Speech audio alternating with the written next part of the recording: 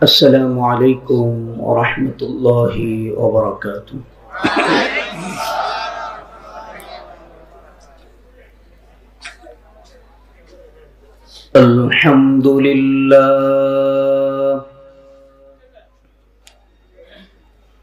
अल्हम्दुलिल्लाहि वहदा वस्सलातु वस्सलामु अला मन ला नबिय्य बअदा अम्मा बअद फ़अऊज़ु बिल्लाहि मिनश शैतानिर रजीम।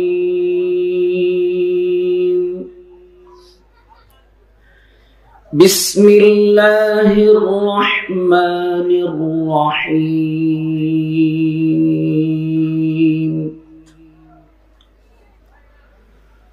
उत्लु मा ऊहिय इलैक मिनल किताबि व अक़िमिस सलाह इन्नस सलाता तन्हा अनिल फ़हशाइ वल मुनकर वलज़िक्रुल्लाहि अकबर वल्लाहु यअलमु मा तस्नऊन।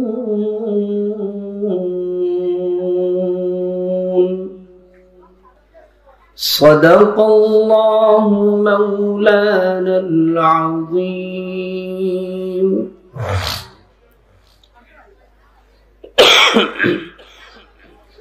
वक़ाल साहिबुल क़ुरआन सल्लल्लाहु अलैहि वसल्लम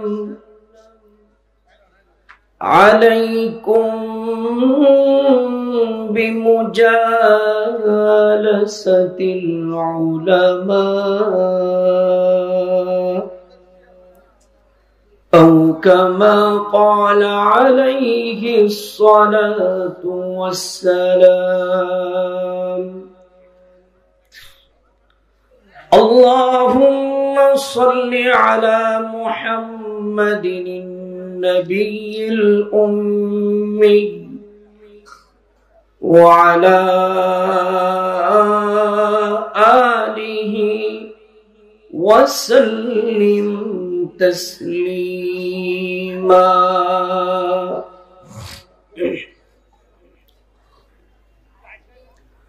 हजरत शाहजलाल रहमतुल्लाहि अलैहिर स्मरणे 2 दिन ব্যাপী ষষ্ঠ বার্ষিক ওয়াজ মাহফিল ও হালকায়ে জিকির মাহফিলের মুহতারাম সভাপতি, আল্লাহর কাছে সবচেয়ে পছন্দের ইবাদত নামাজ, সেই পবিত্র নামাজের জিম্মাদার হযরত উলামায়ে কেরাম, সামনে উপবিষ্ট ঈমান দীপ্ত নওজোয়ান বন্ধুরা, বৃদ্ধ বাবাজিরা, পর্দার আড়ালে সম্মানিত মা ও বোনেরা, মহান রব্বুল আলামিনের দরবারে অসংখ্য লাখ কোটি শুকরিয়া জ্ঞাপন করছি যে মহান রব্বুল আলামিন অত্যন্ত দয়া করে মায়া করে নৈতিক অবক্ষয়ের চরম এক মুহূর্তে ঈমান ও ইসলামের জিন্দেগি গঠন করার নিয়তে আজকের এই কোরআনের মাহফিল, কোরআনের ক্লাস, হালকায়ে জিকিরের এই ক্লাসে আমাদেরকে উপস্থিত হওয়ার তৌফিক দান করেছেন। তাই মালিকের দরবারে শুকর গুজার হই, সকলে আওয়াজ করে বলি আলহামদুলিল্লাহ। সম্মানিত উপস্থিতি, কোন কাজ এর সাথে যদি আল্লাহ পাকের মর্জি শামিলে হাল না হয়, ওই কাজ সমাধা হওয়া বহুত কঠিন হয়। আমি মাহফিলের সময়কে খুব বেশি মূল্যায়ন করার চেষ্টা করি, বিধায় লম্বা কোনো খুতবা তিলাওয়াত করি না। সংক্ষিপ্ত খুতবার পর পবিত্র কালামুল্লাহ শরীফ থেকে সূরা আনকাবুত থেকে কিছু অংশ তিলাওয়াত করেছি ও একখানা হাদিস শরীফ তিলাওয়াত করেছি। আল্লাহ পাক যদি চাহেন আখিরি মুনাজাতকে সামনে রেখে আয়াত এবং হাদিসের আলোকে অল্প কিছু সময় কথা বলার চেষ্টা করব। আমা তৌফিক ইল্লা বিল্লাহ।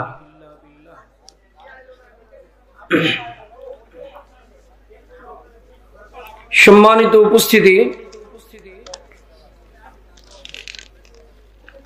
মাহফিলে আসলে বেশি কথা বলতেও চায় না, আউট কথা বলতেও চায় না, আবার তাৎক্ষণিক কোনো কিছুর কারণে অনেক সময় কিছু কথা বলতেও হয়। এক তো আসার পথে দূর থেকে রওনা দিয়েছি, গাড়িটা নষ্ট হয়ে গেল, পরবর্তীতে আসলাম মোটর সাইকেলে বাইকে করে সেই গাজীপুর থেকে এ পর্যন্ত, যেটা একজন বক্তার জন্য সবচেয়ে বড় জিহাদ। ধুলোবালি আর বাতাস মুক্ত রাখতে হয় আমাদের এই গলাকে, এই কারণে আমরা প্রাইভেট কারে চড়ি, বোংবাংয়ের জন্য না। এই গলাটাকে আদর যতন করে ৩-৪টা মাস চালাইতে হয়। অনেক কষ্ট করেছি, মনটা চাইছিল না আসতে, এই কারণে যেহেতু এত যানজট, সামনের এতগুলো প্রোগ্রাম যদি মাটি হয়ে যায় এই মনে করে আসি নাই। আবার মনের দিলের ভিতরে একটা ধাক্কা দিল যে মাহফিলটা যুব সমাজের উদ্যোগে, আর আইসা দেখলাম যে যুবকগুলো, এদের চেহারা যা দেখছি, চেহারাটা শাহরুখ কোয়ালিটি কিন্তু দিলটা শাহজালাল কোয়ালিটি।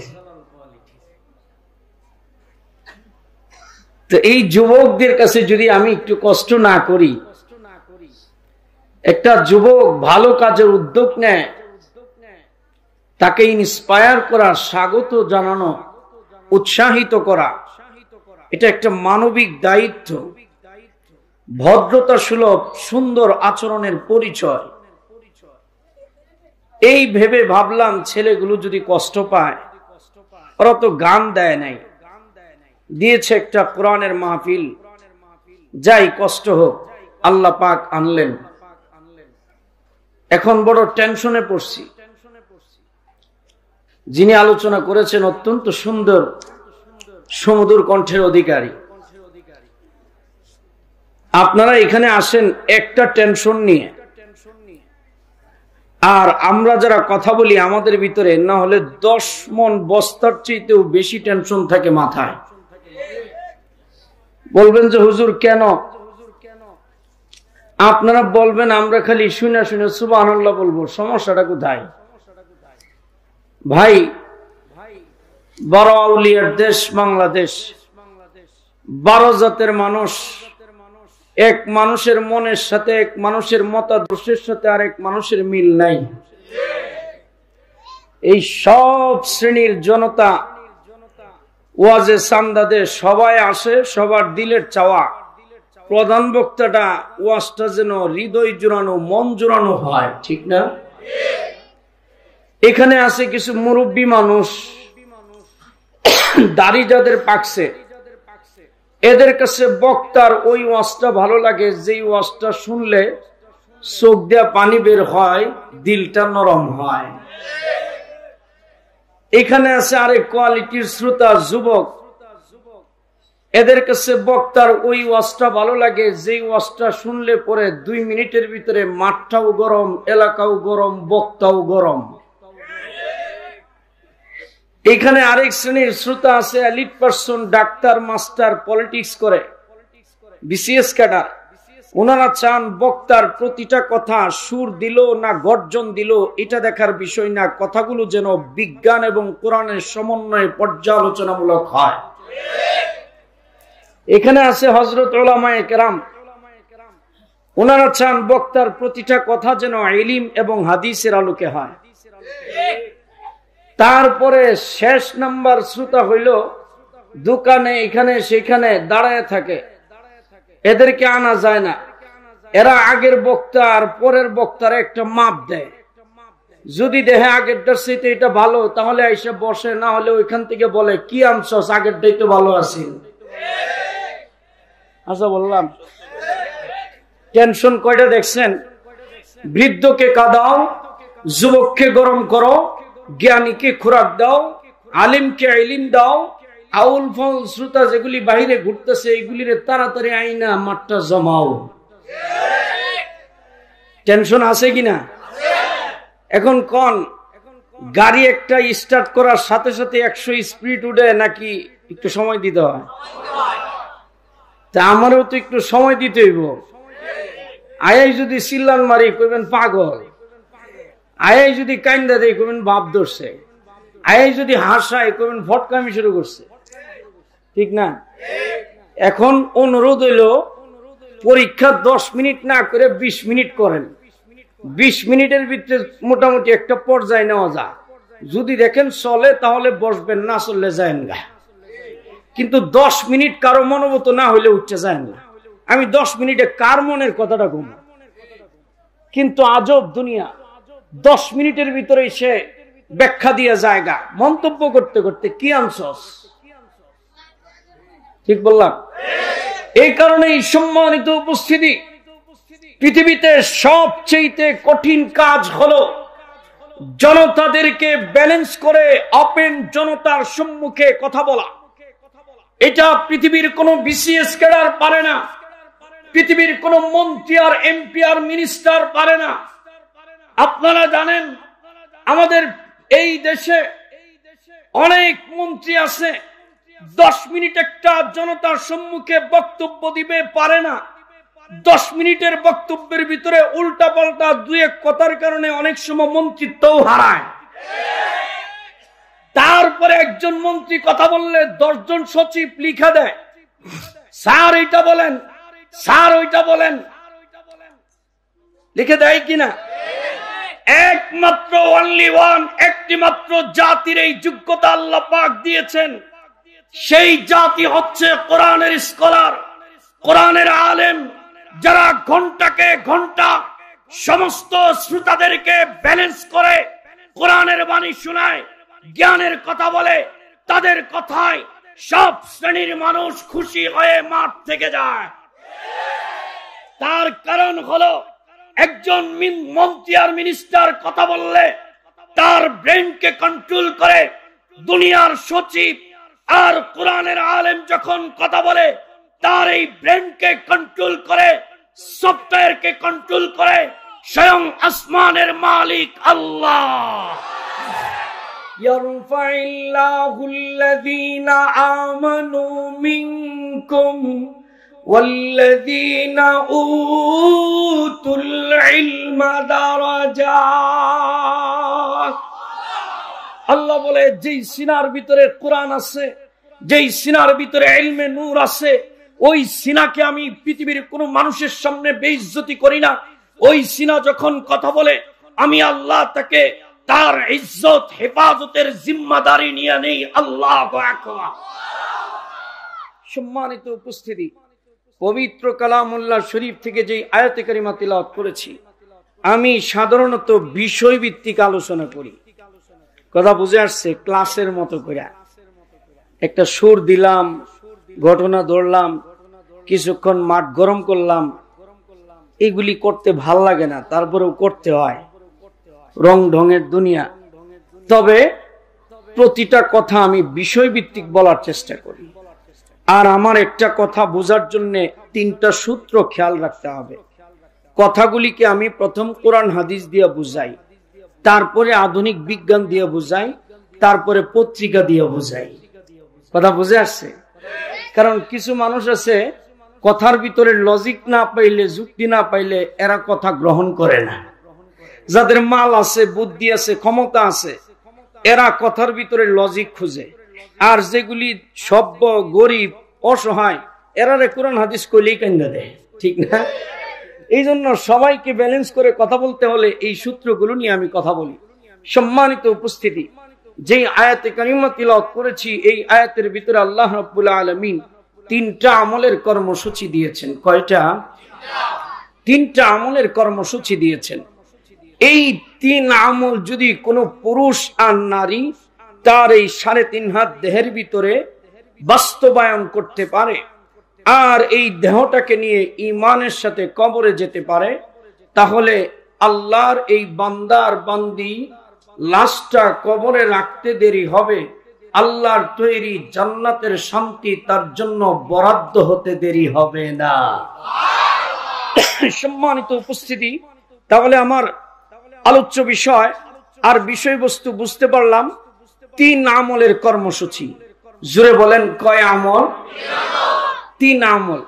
এই 3 আমল করতে পারলে, ধরতে পারলে জান্নাতি মানুষ হওয়া যাবে, পরিপূর্ণ কমপ্লিট মুকাম্মাল মুমিন ইনসান হওয়া যাবে। এই 3টা আমল বোঝার আগে আমাদেরকে আরো কিছু কথা শুনতে হবে বেশি। কারণ আমাদের দেশের যারা ভালো টিচার মাস্টার, এরা ক্লাসে বসেই বই নিয়ে সবক দেয় না। আগে জিজ্ঞেস করে ছেলেটাকে, কি কেমন আছোস, কি দিয়ে খাইছস, তোর আম্মু কি রান্না করছে আজকে। স্যার সময় নষ্ট করে না, উদ্দেশ্য ছেলেটার সাথে একটু আন্তরিকতা বৃদ্ধি করে তাকে মূল বিষয়টা বোঝানো। ঠিক বললাম? সম্মানিত উপস্থিতি, এই কারণে আমাকে ভূমিকা স্বরূপ কিছু কথা বলতে হবে। ভূমিকা লম্বা হলেও বিষয়বস্তু সহজে বুঝাবো। সম্মানিত উপস্থিতি, ভূমিকার কথাগুলো কি? আজকে আপনাদেরকে একটা সময়ের ঠিক এই মুহূর্তে একটা তথ্য দিতে চাই। তথ্যটা হলো, বর্তমান পৃথিবীতে সবচেয়ে আল্লাহ ভীরু, ক্ষুধা ভীরু যুব সমাজের দেশ হচ্ছে আমাদের এই সোনার বাংলাদেশ। সম্মানিত উপস্থিতি, আজকালকার বাঙালি যুবকরা, শহরের যুবকরা, এরা ইসলামের পথে ধাবিত হচ্ছে, যার একটা জ্বলন্ত প্রমাণ হচ্ছে আজকের এই যুব সমাজের এই উদ্যোগ। আর পত্রিকার একটা প্রমাণ দেই, বাংলাদেশের যুবকরা যে এখন কোরআনের নায়ক ছাড়া তাদের কথা ভালো লাগে না, তার জ্বলন্ত প্রমাণ হলো সারা বাংলাদেশের চলচ্চিত্রের অবস্থা মন্দা। সিনেমা হল একটাও নাই, সব ডিলিট হচ্ছে। এখনকার বাঙালি যুবক 3 ঘন্টা মুভি দেখবে, এই মানসিকতা তার ভিতরে নাই। 3 ঘন্টা কোরআনের আলেমের তাফসীর শুনবে, সেই মানসিকতা যুব সমাজের ভিতরে প্রবেশ করেছে। সম্মানিত উপস্থিতি, যার একটা জ্বলন্ত প্রমাণ হলো আজকের এই শাহজালাল রহমতুল্লাহ আলাইহির স্মরণে যারা এই আয়োজন করে, সবগুলো যুবক টকবগে স্মার্ট, এক একটা যুবক যাদের প্রয়োজন ছিল ড্যান্সের আয়োজন করা, কিন্তু কোরআনের তাফসীর ছাড়া নামাজ পড়ুক আর না পড়ুক, বছরে একটা কোরআনের তাফসীর দিতে হবে, প্রত্যেকটা যুবকের দিলি তামান্না। ঠিক বললাম? এর একটা বৈজ্ঞানিক ব্যাখ্যা করব। নামাজ পড়ে না যুবক, সে কেন মাহফিলের পাগল, সে কেন কোরআনের পাগল? এই ব্যাখ্যাটা ভালো করে শুনবেন। তার কারণ হলো, এই যুবকটা যেই মায়ের পেট থেকে জন্ম নেয়, আমাদের মায়ের পেটগুলো পবিত্র, এদের খাবার পবিত্র। এই কারণে পবিত্র খাবার যেই মা খায়, সেই মায়ের পেট থেকে সন্তান যেটা বের হবে তার চিন্তা চেতনা পবিত্র হবে, এটা খুব স্বাভাবিক বিষয়।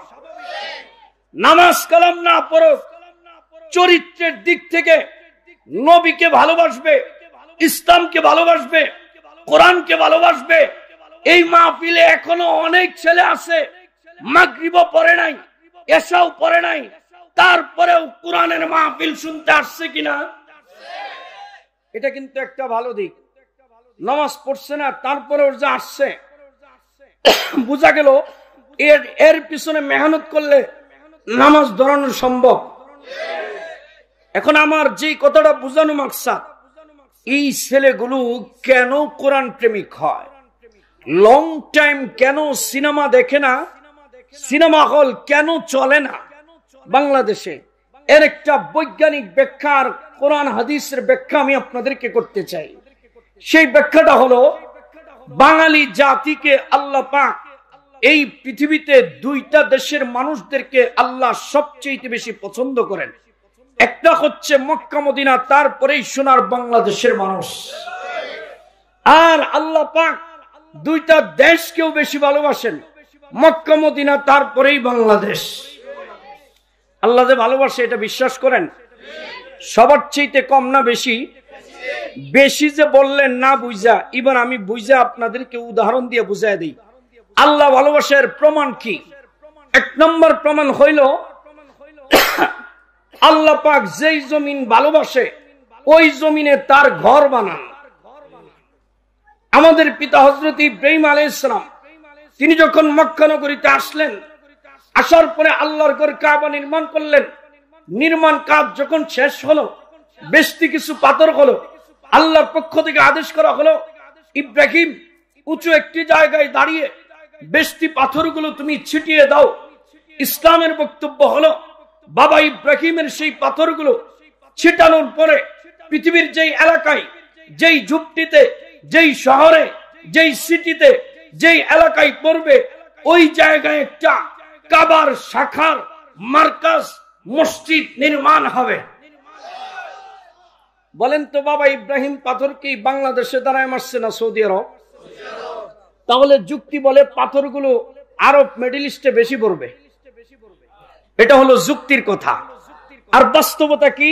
বাস্তবতা হলো, আজকের এই 2019 সালের আজকের ডিসেম্বরের এই তারিখ পর্যন্ত গোটা দুনিয়ার সমস্ত সাংবাদিক আর মিডিয়াগুলো একমত, আসমানের নিচে জমিনের উপর ইব্রাহিম আলাইহিস সালামের সেই পাথরের কণাগুলো পৃথিবীর যেই দেশে সবচেয়ে বেশি পড়েছে, সেই দেশটা হচ্ছে একমাত্র সোনার বাংলাদেশ। আল্লাহু আকবার। এই কারণেই পৃথিবীর বুকে আমার বাংলাদেশে 8 লক্ষ মসজিদ রয়েছে। পৃথিবীর কোন দেশে 8 লক্ষ মসজিদ খুঁজে পাওয়া যায় না। আল্লাহ ভালোবাসে, এটা প্রমাণ পাইছেন? যেই জায়গাটা পছন্দের ওইখানেই তো ঘর বানান। আল্লাহ কয় আমেরিকা, জার্মান, জাপান, রাশিয়া, কাতার, কুয়েত, সৌদি, এইগুলি আমার পছন্দের কম, বাংলাদেশ পছন্দের বেশি। এই জমিনদারে নির্বাচন করছি আমি শুধুমাত্র আমার ঘর বেশি দেওয়ার জন্য। সুবহানাল্লাহ। আল্লাহ ভালোবাসার 1 নাম্বার প্রমাণ গেল। 2 নাম্বার প্রমাণ হলো, আল্লাহ যে ভালোবাসেন তার 2 নাম্বার প্রমাণ হলো, বাংলার প্রতিটি ঘরে ঘরে আল্লাহর কালামুল্লাহ শরীফ, কোরআন শরীফের কপি পাওয়া যায়। আর পৃথিবীতে এমনও দেশ আছে যারা একই নবীর উম্মত, কিন্তু 2 চোখ দিয়া আজও পর্যন্ত কোরআন শরীফ দেখে নাই। আপনাদের কি বিশ্বাস হয়? এখানে এমন কোন পাবলিক আছেন যে যারা জীবনে কোরআন শরীফ দেখছেন না? কইবেন যে হুজুর পাগল, কোরআন শরীফ আবার না দেখার জিনিস, এটা তো ঘরে ঘরে ভরপুর। দেখছেন ঠিক, পড়তে পারেন না, ঠিক না বে ঠিক? কিন্তু সম্মানিত উপস্থিতি, পৃথিবীতে এমন দেশ আছে যেই দেশের মানুষগুলো আজও পর্যন্ত 2 চোখ দিয়া কোরআন দেখতে পারে নাই। পৃথিবীর একটা আধুনিক দেশের কথা বলি, রাশিয়া একটা দেশের নাম শুনেছেন? সেই দেশের ভিতরে একজন মুসলিম মডার্ন ফিলোসফার, বিশ্ববিখ্যাত একজন লেখক, মুবাল্লিগে ইসলাম হযরত পাকিস্তানের জুলফিকার নকশবন্দি দামাত বারাকাতুহুম, উনি গিয়েছেন রাশিয়া সফরে। সফরে যাওয়ার পরে উনি গাড়ি থেকে নামছেন, নামাজ পড়বেন। নামাজ পড়ার জন্য যখন গাড়ি থেকে নামলেন, নামার কিছুক্ষণ পরেই দেখে একটা মহিলা আসতেছে দৌড়ায়া ওনার গাড়ির দিকে। আসার পরে বলতেছে, হযরত আপনার চেহারাটা দেখে অনেক ভালো লাগতেছে, মনে হয় আপনি একজন আল্লাহওয়ালা নেককার মানুষ হবেন। হযরত বললেন, আমি একজন লেখক, মুসলিম টুরিস্ট, তোমাদের দেশে আসছি ঘুরতে। মহিলা বলল, আচ্ছা ভালো কথা। হযরত আপনার কাছে কি মুসলমান ধর্মের ধর্মগ্রন্থ কালামুল্লাহ শরীফ, কোরআন শরীফ আছে। সম্মানিত উপস্থিতি, দিল দিয়ে শুনবেন। হযরতকে যখন এই প্রশ্ন করা হলো, হযরত উত্তর দিলেন, আমি মুসলমান, কোরআন শরীফ থাকবে এটাই তো স্বাভাবিক। তাড়াতাড়ি গাড়িতে উঠলেন, ব্যাগের ভিতর থেকে কোরআন শরীফটা বের করে মহিলার হাতে দিলেন। মহিলা কোরআন শরীফটা হাতে পাওয়া মাত্র একবার বুকে লাগায়, আরেকবার কপালে লাগায়, আরেকবার চোখে লাগায়, আরেকবার বুকে জড়ায় ধরে, আরেকবার গগন বিদারী চিৎকার দিয়া উপরের দিকে ফাল দেয়, নিচের দিকে ফাল দেয়। লেখক আশ্চর্য হয়ে গেল, পৃথিবীর কোন নারীকে কোরআন হাতে পাওয়া মাত্র এইভাবে চিৎকার করতে দেখি না। মা, কিসের কারণে তুমি চিৎকার করতেছো? কিসের কারণে তুমি ফালাইতেছো? মহিলা জবাব দেয়, হযরত, আমার দাদা মুসলমান, কোরআন শরীফ দেখে নাই। আমার বাবা মুসলমান, কোরআন শরীফ দেখে নাই। আমার মা মুসলমান, কোরআন শরীফ দেখে নাই। আমার বয়স 40 বছরের ভিতরে 2 চক্ষু দিয়া কোরআন শরীফ দেখি নাই। জীবনের সর্বপ্রথম এই হাতে কোরআন পাইলাম আর কোরআন দেখলাম। এই কারণে শুকরিয়া আদায় করে জড়ায় ধরে চুমা দিতেছি, আল্লাহর প্রশংসা করতেছি। আল্লাহু আকবার। সম্মানিত উপস্থিতি, উপলব্ধির কথা, বুঝের কথা। তুমিও মুসলমান, সেও মুসলমান। তুমি যেই নবীর উম্মত, আমি সেই নবীর উম্মত। সে কোরআন শরীফ দেখতেই পারলো না, আর আমি কোরআন শরীফ দেখতে দেখতে অবক্তি লাগছে, এই জন্য পড়ি না, তাকের ভিতরে ভরে রাখছি। ঠিক কি ঠিক না? সম্মানিত উপস্থিতি, মহিলাকে জিজ্ঞেস করলো, কেন কোরআন দেখো নাই মা? মহিলা জবাব দেয়, রাষ্ট্রীয়ভাবে রাশিয়ার এই জেলা শহরের ভিতরে পরিষ্কার ভাবে আল্লাহর কোরআন বেচা বিক্রি নিষিদ্ধ। সম্মানিত উপস্থিতি, সেও মুসলমান, তুমিও মুসলমান। তোমার হাতে কোরআন। আল্লাহ যে তোমাকে বেশি ভালোবাসে, রাশিয়ার চাইতে, কানাডার চাইতে, সুইডেনের চাইতে, লন্ডনের চাইতে। আফসোস লাগে যুবক কয় টাকার মালিক হলে, আফসোস লাগে রাজনীতিবিদ কয়েক টাকার মালিক হলে। দেশকে ভালোবাসো না, বিদেশের সিটিজেনশিপ হওয়ার স্বপ্ন দেখো। বিদেশের মাটি ভালো লাগে, বাংলার মাটি ভালো লাগে না। জানো না তোমার বাংলায় আমার মালিক কি নিয়ামত দিয়েছে, তোমার বাংলায় কি রহম করেছে। বিদেশে যাবেন, নামাজ পড়তে গেলে জার্মান বলেন, কানাডা বলেন, আমেরিকা বলেন, সৌদি আরব বলেন, আজান হলে 200 কিলো 300 কিলো গাড়ি ড্রাইভ করে নামাজ পড়তে হয়। আর বাঙালি চাইলেই 20 কদম হাইটা মসজিদে যায়, মালিকের ঘরে যায় আল্লাহকে সিজদা করতে পারে। ঠিক কি ঠিক না? তাহলে বিদেশের মানুষের চাইতে বাঙালিকে আল্লাহ বেশি ভালোবাসলো না কম ভালোবাসলো? ভালোবাসার প্রমাণ, তারা হাঁটে 200 কিলো, আমরা হাঁটি 20 কদম। ভালোবাসার 2 নম্বর প্রমাণ, তারা কোরআন শরীফ খুঁজে পায় না, আর আমাদের ঘরে ঘরে কোরআন। ভালোবাসার 3 নম্বর প্রমাণ, হুজুররা যতই ওয়াজ করো, ওয়াজ মানার সুবিধা লাগবে না। ওয়াজ করছে কোরআন শরীফ এই ফজিলত সেই ফজিলত, কোরআন শরীফের কারি হিসাবও নাই, শিক্ষকও নাই। এখন ওই ঢাকা কি বলে চট্টগ্রাম আছে, কিন্তু হুজুর ওয়াজ তো করছেন, কিন্তু শিক্ষক নাই, কোরআন নাই, পড়বো কার কাছে? ঠিক না ভাই? ঠিক।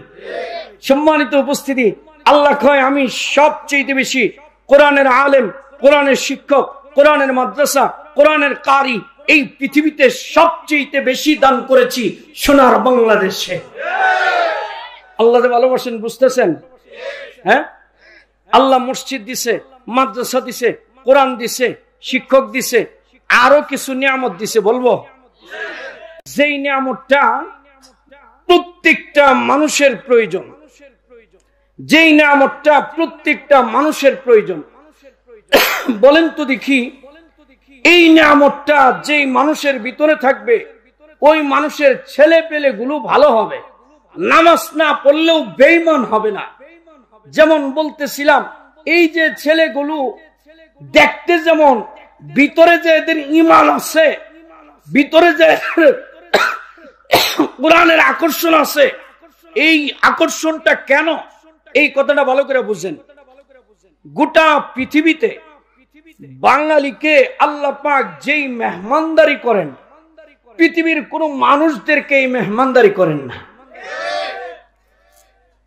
যার সাথে মিল বেশি, বাসায় আসলে তার জন্য বাজারটা খারাপ হয় না ভালো হয়? হ্যাঁ, সম্মানিত উপস্থিতি, এই পৃথিবীর সকলের চাইতে বাঙালির সাথে আল্লাহর মিল মোহাব্বত বেশি, বিধায় বাঙালিকে আল্লাহ প্রতিদিন যেই খাবারটা খাওয়ায় পৃথিবীর কোন দেশের মানুষদেরকে এই খাবারটা দেন না। মানুষদেরকে তো দেন না, দেনই না, পৃথিবীর বড় বড় প্রেসিডেন্টরাও সেই খাবারটা খাইতে পারে না। সুবহানাল্লাহ বলেন। খাবারটা কি বলবো? হ্যাঁ, সম্মানিত উপস্থিতি, এই কথাটার দলিল দেব হাদিস দিয়ে, বিজ্ঞান দিয়ে, পত্রিকা দিয়ে। বাঙালিকে যে শ্রেষ্ঠ মেহমানদারি করেন আল্লাহ পাক, এর প্রমাণ কি? সম্মানিত উপস্থিতি, বিশ্ববিখ্যাত মুবাল্লিগ ইসলাম মাওলানা তারেক জামিল সাহেব দামাত বারাকাতুহুম, উনি জান্নাতি বর্ণনা একটা রিসালা, এই পুস্তিকার ভিতরে উনি জান্নাতীদের গেজা খাবার কি হবে এই সম্পর্কে একটা হাদিস আনছেন। তো হাদিসের ভিতরে লিখছে যে জান্নাতে যখন আমরা জান্নাতে চলে যাব, আল্লাহর পক্ষ থেকে মেহমানদারি করা হবে। মেহমানদারিতে থাকবে ফল, জুস, মধু, পানি, রকমারি খাবার। কিন্তু একটা খাবার খাওয়ার পরে জান্নাতীরা সাথে সাথে একটা আনন্দে আত্মহারা হবে, ফিলিংস আসবে, ভাব চলে আসবে। যেমন বাঙালি যুবকরা ভাবের জন্য অনেক সময় ফিলিংসের জন্য কি বলে গান্দা খায়, বাবা খায়, খায় কিনা? জান্নাতীরাও একটা খাবার খায়া একটা ভাব আসবে, আনন্দে আত্মহারা হবে। ফেরেশতারা বলবে, আল্লাহ বান্দা ফালাই কেন, এত খুশি কেন? মজার খাবার দিছি তো, এই কারণে ফালাইতেছে। হাদিস বলে সেই খাবারটা কি? সেই জান্নাতি খাবারটা বাঙালিদেরকে প্রতিদিন আল্লাহ পাক সস্তা দরে খাওয়ায়, বিশ্বের মানুষদেরকে খাওয়ায় না। সেই খাবারটা কি? হাদিস বলে সেই খাবারটা 1 নাম্বার মাছের কলিজা। আল্লাহু আকবার। এখন একটা দেশের উপাধি আছে মাছেবতে বাঙালি, উপাধিটা এই দেশের না বাহির দেশের? তাহলে এই দেশের মানুষ মাছ কম খায় এই কারণে এই উপাধি, না বেশি খায় এই কারণে এই উপাধি? তাহলে হাদিস দ্বারা বুঝলাম বাঙালি মাছ খায়, এই মাছটা হচ্ছে জান্নাতি খাবার। কি খাবার? আরো জোরে বলেন। জান্নাতি খাবার। এটা কি দ্বারা বুঝলাম? হাদিস। জোরে বলেন। হাদিস। আমি বিষয়ভিত্তিক কথা বলি তো একটু উত্তর দিতে হবে, কথা বুঝে আসছে? অনেকে বলতো হুজুর সুট টুট দিন না ভাই, দি মতো একটু লাইন মতো লয়ে যাই, ঠিক না? শুনছেনই তো, কত চিন্তা ভাবনা করে কথা কেমন লাগে। তাহলে এই কথাটা কি দিয়ে বুঝলেন? জোরে বলেন।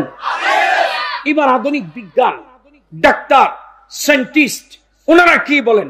একজন ডাক্তার সায়েন্টিস্টরা বলে একটা মানুষ যদি সুস্থ থাকতে চায়, স্বাস্থ্যসম্মত জীবন যাপন করতে চায়, সে কি ফল খাবে বেশি, জুস খাবে বেশি, দুধ খাবে বেশি, গোশত খাবে বেশি?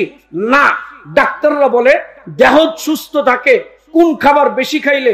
সমস্ত ডাক্তাররা একমত, এই ব্রেন, এই কি বলে কিডনি, হার্ট, চক্ষু, কান, নাসিকা, জিহ্বা, 3.5 হাত দেহের 360টা জোড়া, এইগুলিকে সুস্থ রাখতে হইলে গোশতের চাইতে বেশি, ফলের চাইতে বেশি, জুসের চাইতে বেশি, দুধের চাইতে বেশি, শরীরের ভিতরে সবচেয়ে বেশি যেই খাবারটা দিতে হবে সেই খাবারটা হচ্ছে মাছ জাতীয় খাবার। আল্লাহু আকবার বলেন। তাহলে ডাক্তার দ্বারা বুঝলেন মাছ দেহ সুস্থ রাখে। মাছ কি রাখে? জোরে বলেন। দেহ সুস্থ রাখে, রোগ প্রতিরোধকারী খাবার। এইবার আমিষ জাতীয় খাবার। এইবার পত্রিকা কি বলে? বাংলাদেশ প্রতিদিন একটা পত্রিকা, এর ভিতরে আসছে বিশ্বে মাছে সমৃদ্ধ কোন দেশকে বলা হয়? আমেরিকাকে বলা হয় না, জার্মানকে বলা হয় না, জাপানকে বলা হয় না, সৌদি আরবকে বলা হয় না। মাছে সমৃদ্ধ যেই দেশটাকে বলা হয় সেই দেশটা একমাত্র অনলি ওয়ান, সোনার বাংলাদেশ।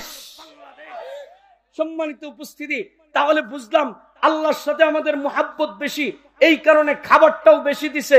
আর বিদেশে যাবেন মাছ পাইবেন এক প্রকারের, খালি বড় মাছ, আর কোনো মাছ পাবেন না। আর বাংলাদেশে ধনীর জন্য রাখছে বড় মাছ, মাজারু ধনীর জন্য রাখছে মাজারু মাছ। গরিব যারা রিক্সা চালায় মন যেন খারাপ না করে ওর জন্য রাখছে 20 টাকা দামের গুড়া মাছ। কথা ঠিক না ঠিক? আর পৃথিবীর কোন দেশে গুড়া মাছ পাওয়া যায় না। যেই দেশে যাবেন গুড়া মাছ নাই, গুড়া মাছ হয় একমাত্র বাংলাদেশে। গুড়া মাছের জন্য লাগে খাল, বিল, নদ, নদী। আর নদীতে, খালে, বিলে পানি থাকতে হয়। আর চাইনার পানি দেওয়া হবে না, আসমানের পানি লাগে। আসমানের পানি নদ নদীতে আসার জন্য শর্ত দিয়েছেন।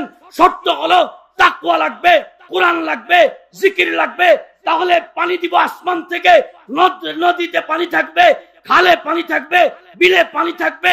মাছ হবে সুস্বাদু, খাবি, শরীর সুস্থ, টাটকা দেয়া, সেজদা দিবি। আর বিদেশের কোন দেশে এই উন্নত রোগ প্রতিরোধকারী গুড়া মাছ পৃথিবীর কোন দেশে নাই। আল্লাহু আকবার। এখন কোন মাসে কোন রোগ যায় এটা মেডিকেল সায়েন্সের একটা সাবজেক্ট। এটা বোঝানো উদ্দেশ্য না। উদ্দেশ্য গুড়া মাছ এই দেশে বেশি। গুড়া মাছ কেন দেয়? তাকওয়া আর কি ঈমানের চর্চা। তাকওয়ার চর্চা বিশ্বে বাংলাদেশে কম না বেশি? যার এক নম্বর প্রমাণ হলো তাকওয়ার সর্বোচ্চ ঈমানি ডাকের মিলন মেলা পৃথিবীর কোন দেশে বসে? আমাদের বাংলাদেশের টঙ্গীর তুরাগ নদীর তীরে বিশ্ব ইজতেমার ময়দান। তাকওয়ার দুই নম্বর প্রমাণ আল্লাহ নামের জিকিরের সবচেয়ে বড় মিলন মেলা পৃথিবীর কোন দেশে বসে? সোনার বাংলার চরমনায়ের ময়দানে। সম্মানিত উপস্থিতি, এই দেশের ভিতরে জিকির আছে, এই দেশের ভিতরে তাকওয়া আছে, এই দেশের ভিতরে মসজিদ আছে, এই দেশের ভিতরে কোরআন আছে। এই কারণে আল্লাহ পাক আসমান থেকে বৃষ্টি দেন। বৃষ্টি হইলে মাছ বেশি হয়। পৃথিবীর ওই দেশগুলিতে মসজিদ কম, তাকওয়ার চর্চা কম, জিকির কম, আসমানের বৃষ্টি কম। এই কারণে খাল কম, এই কারণে বিল কম, এই কারণে মাছ কম। আর ওরা নামাজও পড়ে না, রোজাও রাখে না। ওদেরকে দিচ্ছে জাহান্নামী খাবার, আমাদেরকে দিচ্ছে জান্নাতি খাবার। এই যুবকগুলো নামাজ না পড়তে পারে, এদের মা যেই খাবারটা খাইছে সেই খাবারটা হলো জান্নাতি খাবার, মাছ। আর বিদেশিদের দিকে তাকাবেন, ওদের খাবার জাহান্নামী, অস্বাস্থ্যকর। ওদের চরিত্র কেন ভালো হয় না? ওদের খাবার ভালো না, এই কারণে চরিত্র ভালো না।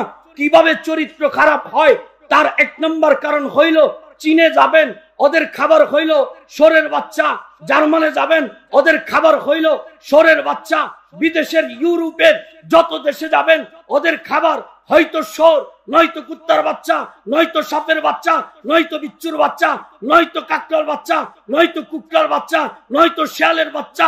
আর যেই মা শিয়াল খাবে, কুত্তা খাবে, শোর খাবে, তার সন্তান কুত্তা মার্কা হবে, শোর মার্কা হবে, সাপ মার্কা হবে। বিদেশিরা খায় কুত্তা, চরিত্র মুসলমানদের সাথে কুত্তার মতো করে, শোরের মতো করে, ঠিক না বেঠে?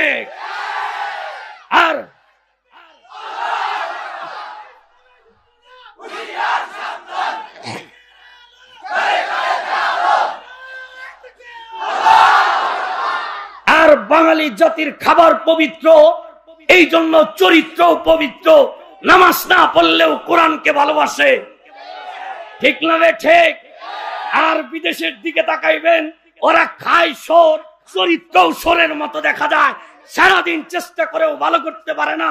আল্লাহ কয় তোরা বানাবি নাচ, তোরা বানাবি কম্পিউটার, তোরা বানাবি মোবাইল, তোরা নামাজে যাবি না। এই কারণে তোদেরকে কুত্তা খাওয়াই, শোর খাওয়াই। বাঙালি চরমনাই যাবে, বাঙালি তবলিগে যাবে, বাঙালি মাহফিলে যাবে, বাঙালি মসজিদে যাবে। ওদেরকে যদি কুত্তা খাওয়াই চরিত্র নষ্ট হবে। ওদেরকে দিলাম জান্নাতি খাবার, মাছ সস্তা দিয়া ওদের পেটে প্রতিদিন খাওয়ায়া ওদের ঈমানকে তাজা রাখি। আল্লাহু আকবার। কথা বুঝতে কষ্ট হইতেছে? হ্যাঁ, সম্মানিত উপস্থিতি, মাছ যে প্রেসিডেন্টরাও খাইতে পারে না এটা বলবো? বাংলাদেশ প্রতিদিন পত্রিকায় বিশ্বের যত মরল আছে প্রেসিডেন্টদের একটা সেমিনার, তো এরা খাবে দুপুরবেলা লাঞ্চের সময়। এখন কি দিয়ে খাইব? খাওয়ানোর সময় সাংবাদিকরা আসছে, এক দেশের প্রেসিডেন্ট জিজ্ঞেস করছে, স্যার আপনি কি দিয়ে খাইবেন? আমি শিয়াল আছে। আরেকটা জিজ্ঞেস করছে আপনি কি? সাপ। আরেকটারে কি? কুত্তা। চীনের প্রেসিডেন্ট জিজ্ঞেস করছে আপনি কি? শোর। আলোকিত বাংলাদেশে বর্তমান চীনে প্রত্যেকটা মুসলমানদেরকে নির্যাতন করতেছে একটাই, এরা শোর খায় না। এই জন্য এদের চরিত্র ভালো। আধুনিক বিজ্ঞান বলে যেই জাতি যেই মানুষ সোর বেশি খায় ওর চরিত্রটাও সোরের মতো হয়ে যায়। এই কারণে চীনের এদের চরিত্রটাও সোরের মতো। সম্মানিত উপস্থিতি, এখন মোদির দিকে তাকায় রয়েছে, হ্যাঁ কি দিয়ে খায়? তো মোদির জিজ্ঞেস করছে আপনি কি? আমার একটা সুস্বাদু খাবার, এটা হলো বাংলাদেশের খোলসা মাছ আর ময়মনসিংহের বেগুন। ঠিক আছে, কয়টা আছে? নাই। এবার ডোনাল্ড ট্রাম্প বুঝা শয়তান, সুপার পাওয়ার প্রেসিডেন্ট, হ্যাঁ কি দিয়ে খাইবো? এটা হলো দেখার বিষয়। সাংবাদিকরা হুমড়ি খায়া পড়ছে ট্রাম্পের দিকে। ট্রাম্পে জিগাইছে, স্যার কি দিয়ে খাবেন? দুপুরবেলার মেনু বলেন, তাড়াতাড়ি পাকাইতে হবে। ডোনাল্ড ট্রাম্প কি খায় বাঙালি ভালো করে শুনেন, দিলের কান দিয়ে শুনেন। ডোনাল্ড ট্রাম্পের সেই কথাটা পত্রিকার ওই দিনকার হিডিং কি বলে আসছে, ডোনাল্ড ট্রাম্পের দুপুরের লাঞ্চ কি দিয়া হয়েছিল, শিরোনাম। সম্মানিত উপস্থিতি, ডোনাল্ড ট্রাম্পে যখন কইল, হ্যাঁ কয় কুত্তা জীবনে অনেক খাইছি, সোর জীবনে অনেক খাইছি, সাপ জীবনে অনেক খাইছি, বিশ্ব কাঁকড়া জীবনে খাইতে খাইতে শেষ, তবে একটা মজার খাবার খাইছিলাম, এটা আমার আমেরিকায় পায় না, এটা আমার খুব ভাল লাগে। এই খাবারটা আছে পৃথিবীর একটা ছোট্টতম দেশ, সেই দেশটা হচ্ছে শাহজালাল রহমতুল্লাহ আলাইহির সোনার বাংলাদেশ। সেই খাবারটা কি? সেই খাবারটা হলো যেটা খাইলে ট্রাম্পের আত্মাটা জুড়াই, খাইতে পারে না, বাঙালি গরিবও খাইতে পারে। সেই খাবারটা হচ্ছে সোনার বাংলার 1 নম্বর ইলিশ মাছ। ডোনাল্ড ট্রাম্প, তোমার ক্ষমতা আছে, গাড়ি আছে, বাড়ি আছে, টাকা আছে, পেট ভরে খাইতে চাইলে তোর দেশে রাখছে কুত্তা সোর, আর বাঙালি গরিব হইতে পারে, খাবারটা তার পবিত্র, চাইলেই ইলিশ মাছটা দিয়া পেটটা ভরে খাইতে পারে। ঠিক না ঠিক? তাহলে প্রেসিডেন্টকে যেই খাবার না খাওয়ায় সেই খাবার বাঙালিকে খাওয়ায় কিনা? কিন্তু দুঃখের কথা কেমন লাগে, বাঙালিরে ইলিশ মাছ খাওয়ায়, বাঙালি ইলিশ মাছ দিয়ে পেটটা ভরে পার্টি দিয়াই ফিলিংস, ঠিক না? গরিব রে গুড়া মাছ দিয়ে পেট ভরে খাওয়ায়, গরিব রাস্তার মাথা এক বান্ডিল বিড়িলে চাচা কয়টা বিলের মাছ পাইছিলাম, আজকে পেটটা ভরে খাইছি। আল্লাহ কয়, তোরে আমি মাছ দিয়া পেট ভরে খাওয়াইলাম, মসজিদে আজান দিবি, নামাজ পড়বি, তুই দিই বিড়িটা নামাজ। তোরে ইলিশ মাছ দিলাম, তুমি দিই পিনিক করো। হ্যাঁ, ঘটনা কি বাবা? খাও। হ্যাঁ, যেই খাবার ট্রাম্পে দিলাম না, ওরে খাওয়াইলাম কুত্তা সোর, তোরে দিলাম মাছ। তোর জন্মটা যদি সোনার বাংলাদেশে না হইয়া জাপানে হইতো, তাহলে তুইও প্রতিদিন সোর দিয়া খাইতে হইতো, ঠিক কিনা? জন্ম সোনার বাংলায়, আল্লাহ পাকের রহম, এই কারণে মাছ পাও সস্তায়, খাইতে পারো পবিত্র খাবার। ঠিক বললাম? সম্মানিত উপস্থিতি, এই কিছুক্ষণের ভূমিকা স্বরূপ কথাগুলো থেকে যেই বিষয়টা বুঝলেন, সেই বিষয়টা হলো আমার দেশে আল্লাহর রহম বরকত বেশি। তার 1 নম্বর প্রমাণ মসজিদ, 2 নম্বর প্রমাণ কোরআন, 3 নম্বর প্রমাণ মাদ্রাসা, 4 নম্বর প্রমাণ তাবলীগ জামাত, 5 নম্বর প্রমাণ চরমনায়ের জিকির, 6 নম্বর প্রমাণ আমাদের খাবারটা পবিত্র, জান্নাতি, স্বাস্থ্যসম্মত শ্রেষ্ঠ খাবার। এখন যেই ঘরে মাল বেশি, ওই ঘরে চুর আর ডাকাইতের নজরও বেশি। এখন আল্লাহ পাকের রহমও বেশি, বরকত বেশি, এর লাগা বাংলাদেশে চুর আর ডাকাইতেও বেশি। সুরগুলো কারা চিনবেন না? ডাকাত গুলো কারা চিনবেন না? 1 নম্বরের সুরগুলো হইল ইসলামের নামে, কোরআনের নামে, হাতে তসবি, মুখে কাওয়ালি, মুখে জিকির, পিরালির নামে, তাসাউফের নামে, লম্বা পাগড়ি পইরা সোনার বাংলাদেশের মুড়ে মুড়ে দেখবেন ভণ্ড কিছু লাল সালু ফকির মিসকিনের আগমন ঘটেছে। ভাই, বাংলাদেশের পীর কি সব কি যুক্তি করে বাস স্ট্যান্ডের মাথায় মরছে? আমি রেল স্টেশনে কোনোদিন পীরের মাজার পাইলাম না, রেলগাড়ি থামেও না, মাজারও জমে না। আল্লাহ কইছে, তোরা পিসাব হোক, ভালো মানুষ হোক, গুরুস্থানে শোয়াইবি। বাঙালি পিসাব গুলি সব পীরে শোয়াই বাজার, পচা জায়গা আর পাক্কা সড়কের সাইডে। ঠিক না ঠিক? ভাই, এইখানে গেলে মাজারটা জমে। আকল দিয়ে বোঝার চেষ্টা করবেন, কারো সমালোচনা মাকসাদ না। আকল আছে, নিজে বুঝেন। বাংলাদেশের পীরের মাজার আছে, ভালো কথা। এই পৃথিবীতে জিন্দা একজন পীর আছে, বাংলার পীরের চাইতেও শ্রেষ্ঠ পীর, সমস্ত পীরদের সর্দার সরকারে দো আলম নবীজি মুহাম্মদুর রাসূলুল্লাহ সাল্লাল্লাহু আলাইহি ওয়াসাল্লাম, তিনি মদিনার যেই মাজারে শুয়ে আছে, সেই মদিনার মাজারে যখন যান, কোন গরু ছাগল মুরগি টাকা সালামাল কি ভক্তি কিছু লাগে? ভাই কি হইল, বাংলাদেশের মাজারের চাইতে কি মদিনার মাজারের সম্মান কম না বেশি?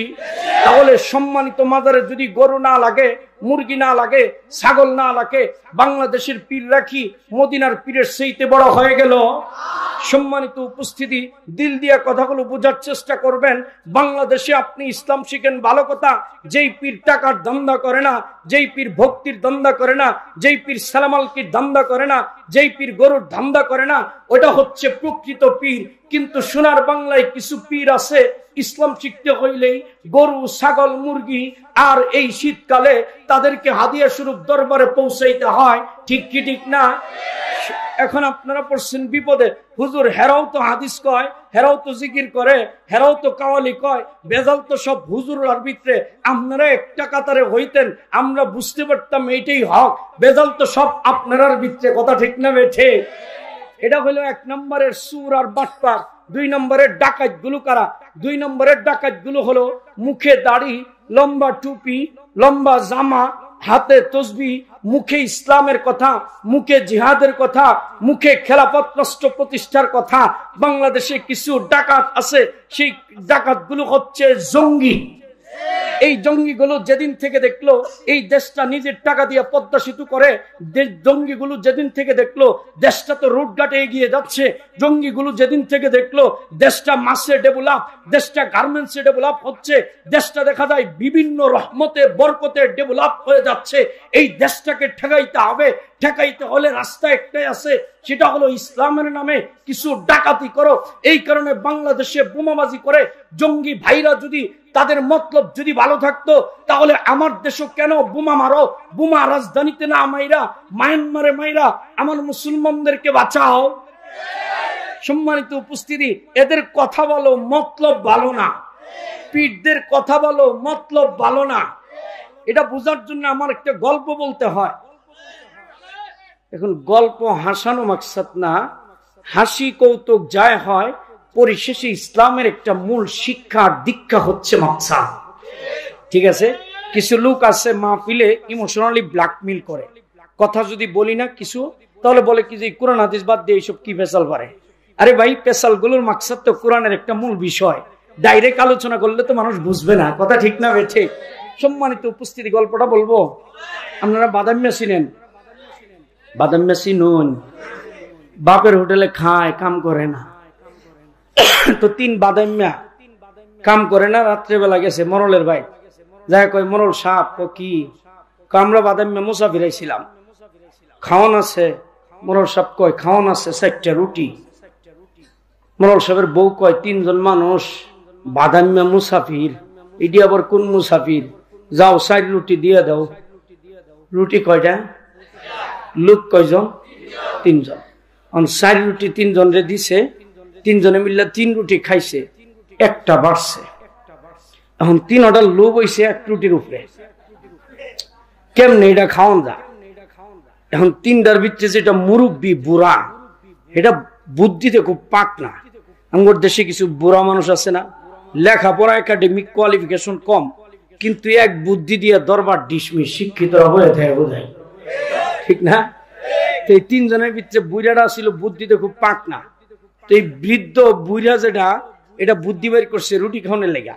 হেরা 2 জনরে কইতেছে, আচ্ছা তোরা 2 জন কি নবী রাসূল মানস? বাদামি হয়েছি তাতে কি হয়েছে, নবী রাসূল তো মানি। আচ্ছা ভালো কথা। তা আমি একটা নবীজির হাদিস শুনছিলাম, আল্লাহর নবী বলছে যে বয়োজ্যেষ্ঠ মুরব্বীকে সম্মান করে না, ইজ্জত দেয় না, হ্যাঁ নাকি নবীর উম্মত না? তা আমি তো তোদের 2 জনের মুরব্বী বয়োজ্যেষ্ঠ, তাহলে আমার ইজ্জত দিয়া সম্মান দিয়া হাদিসের উপরে আমল করে রুটিটা আমারে দিয়ে দে। এবার 3 নাম্বার ছুটটা, হ্যাঁ কয় কি আমিও তো একটা হাদিস শিখছিলাম মাদ্রাসা যায়, হুজুরলার মুখে হুজুররা বলছে মক্তবে নবীজির সহিহ হাদিস বুখারীর, যে ছোটদেরকে আদর করে না, স্নেহ করে না, হ্যাঁ নাকি নবীর উম্মত না? তা আমি তোমরা 2 জনের ছোট, তাহলে স্নেহ করে আদর করে নবীর হাদিসের উপরে আমল করে রুটিটা আমারে দিয়া দাও। মাঝখানেরটা পড়ছে বিপদে, হ্যাঁ কয় হ্যাঁ 2 জন তো বালাই হাদিস টানছে দেখা যায়, হ্যাঁ কয় আমিও একটা হাদিস জানি, খারো রুটি পরে খা।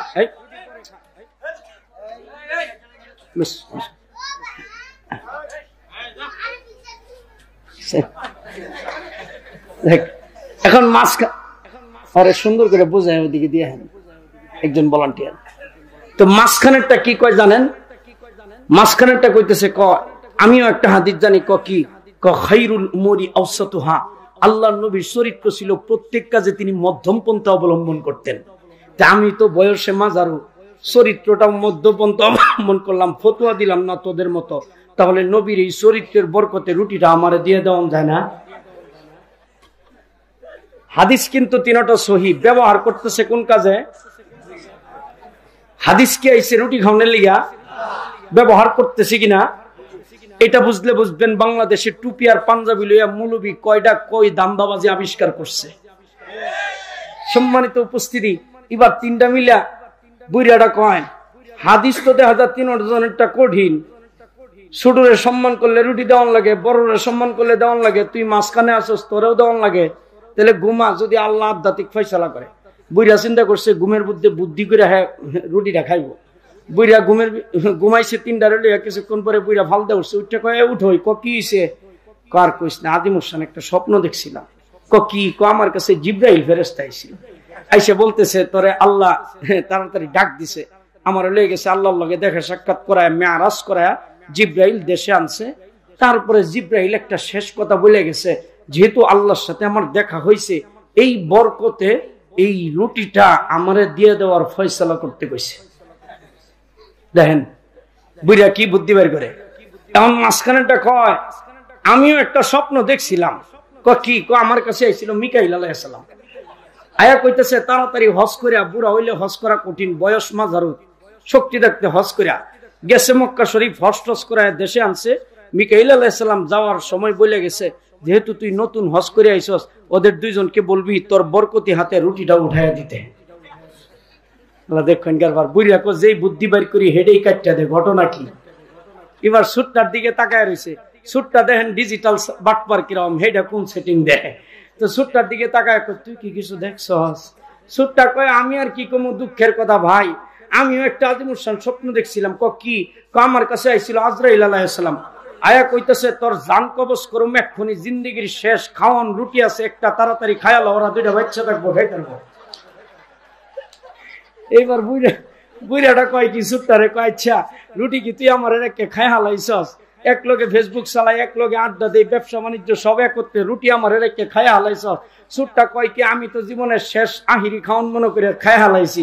কতে আমারে ডাক দিতি, ডাক তো দিছিলাম, তোমার জিব্রাইল লয়ে গেছে আসমানে, হ্যাঁ মিকাইল লয়ে গেছে হজ করাইতো, আমি এখান থেকে ডাকি, আমার ডাক কে আর শোনা যায়? মুসলমানেরা, এই তিন বাদেন্নার মন্ত্রটা ছিল হাদিস, মতলবটা ছিল রুটি খাওয়া। ঠিক তোমার বাংলায় এমন কিছু পীর আছে যাদের কাওয়ালি ভালো, জিকির ভালো, লেবাস ভালো, মন্ত্র ভালো, মতলব ভালো নয়। মতলব হইল কাওয়ালি আর জিকির দিয়া জনগণের গরু ছাগল আর টাকা পয়সা লুটায় নেওয়া।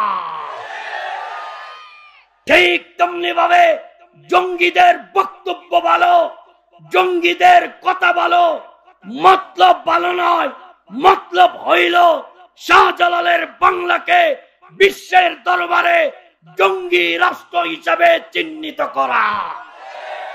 বুঝা গেল এই সমস্ত ধান্দাবাজ জঙ্গি ভণ্ডপীর সকল বাতিল থেকে আপনার দেশ আর ইমানকে হেফাজত করতে হবে, ঠিক কিনা?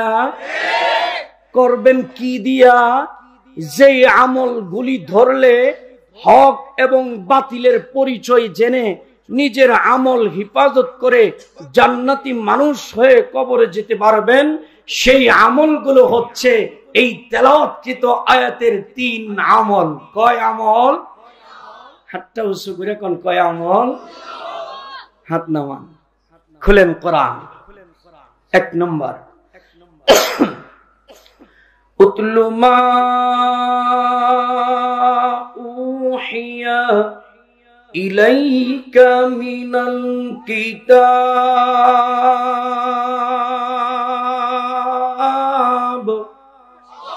وأقم الصلاة إن الصلاة تنهى عن الفحشاء والمنكر ولذكر الله أكبر والله يعلم ما تصنعون الله أكبر মুসলমান ভাইরা রে আমার, আল্লাহ রাব্বুল আলামিন বলেন, ও দুনিয়ার মুসলমান, যারাই কমপ্লিট মুকাম্মাল মুমিন হতে চাও, যারাই নিজেদেরকে ইনসান আর জান্নাতি মানুষ বলে দুনিয়াতে দাবি করতে চাও, যারাই হক বাতিলের পরিচয় জেনে নিজের ঈমানকে হিফাজত করে কবরে যেতে চাও, ওই সমস্ত মুমিন মুসলমান ভাইদের জন্য আল্লাহ পাক 3টা আমলের কর্মসূচি দিয়েছেন। যেই 3টা আমল ধরলে পরে হক বাতিলের পরিচয় জানা যাবে, যেই 3টা আমল ধরলে পরে জান্নাতি মানুষ হওয়া যাবে, যেই 3টা আমল ধরলে পরে এই দুনিয়াতে জান্নাতের নাগরিকত্ব পাওয়া যাবে। মুসলমান ভাইরা আমার, সেই 3 আমলের 1 নম্বর আমল হইল, যারা এই জবান দিয়া কলমা পড়েছি, এই জবানটা দিয়ে জীবনের সর্বপ্রথম মালিকের কালাম কোরআন শরীফের তেলাওয়াত বিশুদ্ধ করে শিক্ষা অর্জন করতে হবে। মুসলমান ভাইরা আমার, যারা কোরআন তেলাওয়াত করতে পারি না, যারা এই কোরআন পড়তে জানি না, আপনারা কিন্তু হক বাতিলও চিনবেন না, জান্নাতি মানুষও হতে পারবেন না, ইনসানও দাবি করতে পারবেন না। কারণ ভাই, শিক্ষিত হওয়া এক জিনিস আর ইনসান হওয়া ভিন্ন জিনিস। বাংলাদেশের নাগরিকত্ব দাবি করতে গেলে বৈধ পদ্ধতিতে একটা আইডি কার্ড করতে হয়। যদি বলে আমি একজন বিসিএস ক্যাডার, আমার আইডি কার্ডের দরকার নাই, তার নাগরিকত্ব হবে বলেন? আরে বিসিএস ক্যাডার হওয়া এক জিনিস, নাগরিক হওয়া ভিন্ন জিনিস। নাগরিকত্বের জন্য শর্ত হইল একটা আইডি কার্ড করো। তুমি মূর্খ হও, শিক্ষিত হও, দেশের নাগরিকের পরিচয় দিবা তুমি আইডি কার্ড শো করে। ঠিক তেমনি ভাবে যারাই জান্নাতি নাগরিক হবে, যারাই জান্নাতি মানুষ হবে, তাদের একটা আইডি কার্ড করতে হয়। সেই আইডি কার্ডটা কি? আল্লাহ কোরআনের সূরা রহমানের ভিতরে বলেন, খুলেন কোরআন, জান্নাতের আইডি কার্ডের পরিচয় আর রহমান আল্লামাল কুরআন খালাকাল ইনসান আল্লামাহুল বায়ান। আল্লাহু আকবার। মুসলমান ভাইরা আমার, সূরা রহমানের ভিতর আল্লাহ রাব্বুল আলামিন বলেন, রহমান আল্লামাল কুরআন। কোরআন পড়তে পারো? যদি পড়তে পারো, জান্নাতের নাগরিকত্ব দিব, ইনসান বলে স্বীকৃতি দিব। খালাকাল ইনসান। যদি কোরআন পড়তে না পারো, দুনিয়াতে নিজেকে মানুষ দাবি করতে পারবা, মাস্টার, শিক্ষিত, এলিট পারসন দাবি করবা, কিন্তু ইনসান দাবি করতে পারবা না। কারণ কোরআন যারা পড়তে পারে না তারা মানুষ, ইনসান না। মুসলমান ভাইরা আমার, ইনসান এক জিনিস, মানুষ ভিন্ন জিনিস। মানুষ হইতে গেলে কোনো শর্ত মানতে হয় না, ইনসান হইতে গেলে কোরআন পড়তে হয়। এই সমাজের ভিতরে, এই শহরের ভিতরে এই নগরীর ভিতরে কত শিক্ষিত নওজোয়ান আছে যারা কোরআন পড়তে পারে না কিন্তু উচ্চ শিক্ষিত। ঠিক কি ঠিক না? সেই মানুষগুলো কি ইনসান? সম্মানিত উপস্থিতি, ইনসান কাকে বলে আর শিক্ষিত কাকে বলে, মানুষ কাকে বলে, এই বিষয়টা একটু উদাহরণ দিয়ে বোঝাইতে চাই, শুনবেন। ইনসান কি, মানুষ কি, শিক্ষিত কি, ইনসানের ডেফিনেশন কি? এদিকে তাকান, এদিক ওদিক তাকায় থাকবে না। ক্লাস, ঠিক আছে? ক্লাস একটা বিষয় হারাইলে আর বুঝবেন না, পরে কোন ভালো লাগতেছে না, তো কথা বুঝেন নাই? সম্মানিত উপস্থিতি, ইনসান কি, মানুষ কি, একটা ভেজাল লাগছে না? পরের দিন যদি বলে বক্তা কি আনছস, আমরা তো মানুষ, ইনসানই কইল না, ঘটনা কি? এটা একটা ভেজাল না? ইনসান বলা হয় 3.5 হাত দেহের ভিতরে নবীজির শিক্ষার দীক্ষা দিয়া যদি এই দেহটাকে সুন্নতের রঙে রঙিন করতে পারে তাহলে তাকে ইনসান, নববী আখলাকের মানুষ বলা হয়। আর ইনসান ততক্ষণ পর্যন্ত হতে পারবে না যতক্ষণ পর্যন্ত কোরআন না শিখবে, কোরআনের ভিতরেই সুন্নত আর নবীজির শিক্ষার দীক্ষার বর্ণনা আছে। ঠিক? সম্মানিত উপস্থিতি, এটা আমি আরো একটু খোলাসা করে বুঝাই যে ইনসান কেন না শিক্ষিত হওয়ার পরেও। আমি আল্লাহর ঘর জিয়ারতে যাব, তো এয়ারপোর্টে আমার স্মার্ট একটা যুবক, ও দাঁড়িয়ে দাঁড়িয়ে প্রস্রাব করতেছে। তো আমি ওরে ডাকলাম, ডেকে জিজ্ঞেস করলাম তোমার নামটা কি? তো নামটা বললো আমার নাম ইব্রাহিম। নামটা তো তোমার অত্যন্ত চমৎকার, পয়গম্বরের নামে নাম। তো তুমি দাঁড়ায় আসছে নাইলা কেন? দাঁড়ায় প্রস্রাব করলা কেন? বসার ব্যবস্থা তো আছে। সে আমার উত্তরটা কি দিছে জানেন? আমার কয়, হুজুর আপনি কোন দেশে থাকেন? এই দেশেই তো। কোথায়? আপনি কি কিছু বুঝেন না? গোটা পৃথিবীতে ডিজিটাল হচ্ছে এই দেশ, এই দাঁড়িয়ে প্রস্রাব করা, এটা this is the modern culture. এই কারণেই তো শাহজালাল এয়ারপোর্টে দাঁড়িয়ে প্রস্রাবখানা বেশি, বসার ব্যবস্থা একটা। এটা সভ্যতা, এটা আধুনিকতা। দেখেন না হোটেল রেস্টুরেন্টে দাঁড়িয়ে প্রস্রাবের ব্যবস্থা বেশি। আপনারা মফিজের জন্য কয়টা খায় বসা? হ্যাঁ আমারে কয়। আমি বললাম ওয়েল, কি পড়ো? ইকোনমিক্স। ওয়েলকাম। তুমি ঢাকা ইউনিভার্সিটিতে ইকোনমিক্সে পড়তেছো, দাঁড়িয়ে প্রস্রাব করা যদি আধুনিকতার মডার্ন সভ্যতা হয় তাহলে আমাদের দেশের গরু ছাগলগুলি তো জন্মের শুরুতেই দাঁড়ায় প্রস্রাব করে, ওরা কিরকম মডার্ন তাহলে? সম্মানিত উপস্থিতি, অভিভাবক, বাবা মা, শিক্ষিত নওজোয়ান তরুণ বন্ধু আমার, আমার স্মার্ট যুবক, ভালো করে শুনো। দাঁড়িয়ে প্রস্রাব করা গরুর কালচার, গরুর সভ্যতা, আর বসে প্রস্রাব করা নবীর কালচার, নবীর সভ্যতা। আল্লাহ বলেন ইকোনমিক্সের স্টুডেন্ট হতে পারো, ডাক্তার হতে পারো, ইঞ্জিনিয়ার হতে পারো, এলিট পার্সন হতে পারো, বসে যতদিন ইনসানের কায়দায় নবী তরিকায় প্রস্রাব না করবা ততদিন নিজেকে শিক্ষিত দাবি করতে পারবা, মানুষ দাবি করতে পারবা, ইনসান দাবি করতে পারবা না। কথা বুঝছেন? ইনসান কারে কয়, মানুষ কারে কয়? এই ছেলেটা কি শিক্ষার কারণে অমানুষ হইল নাকি দীক্ষার কারণে? দীক্ষাটা কি? গরুর সাথে মিলছে, বসে করলে নবীর সাথে মিলত। সম্মানিত উপস্থিতি, আরেকটু বলবো, আপনারা উঠাউঠি করবেন না, এদিকে তাকান। সম্মানিত উপস্থিতি, আমগর দেশে আরো কিছু সাহেব বাবু আছে, কোটটাই সাফারি পরা দেখবেন, মালটাল ভালো কামায়, ভাবি অন্যরকম। চায়ের দোকানে বসা, রেস্টুরেন্টে বসা, ডান হাতে সিগারেট, বাম হাতে চা আছে, এরকম।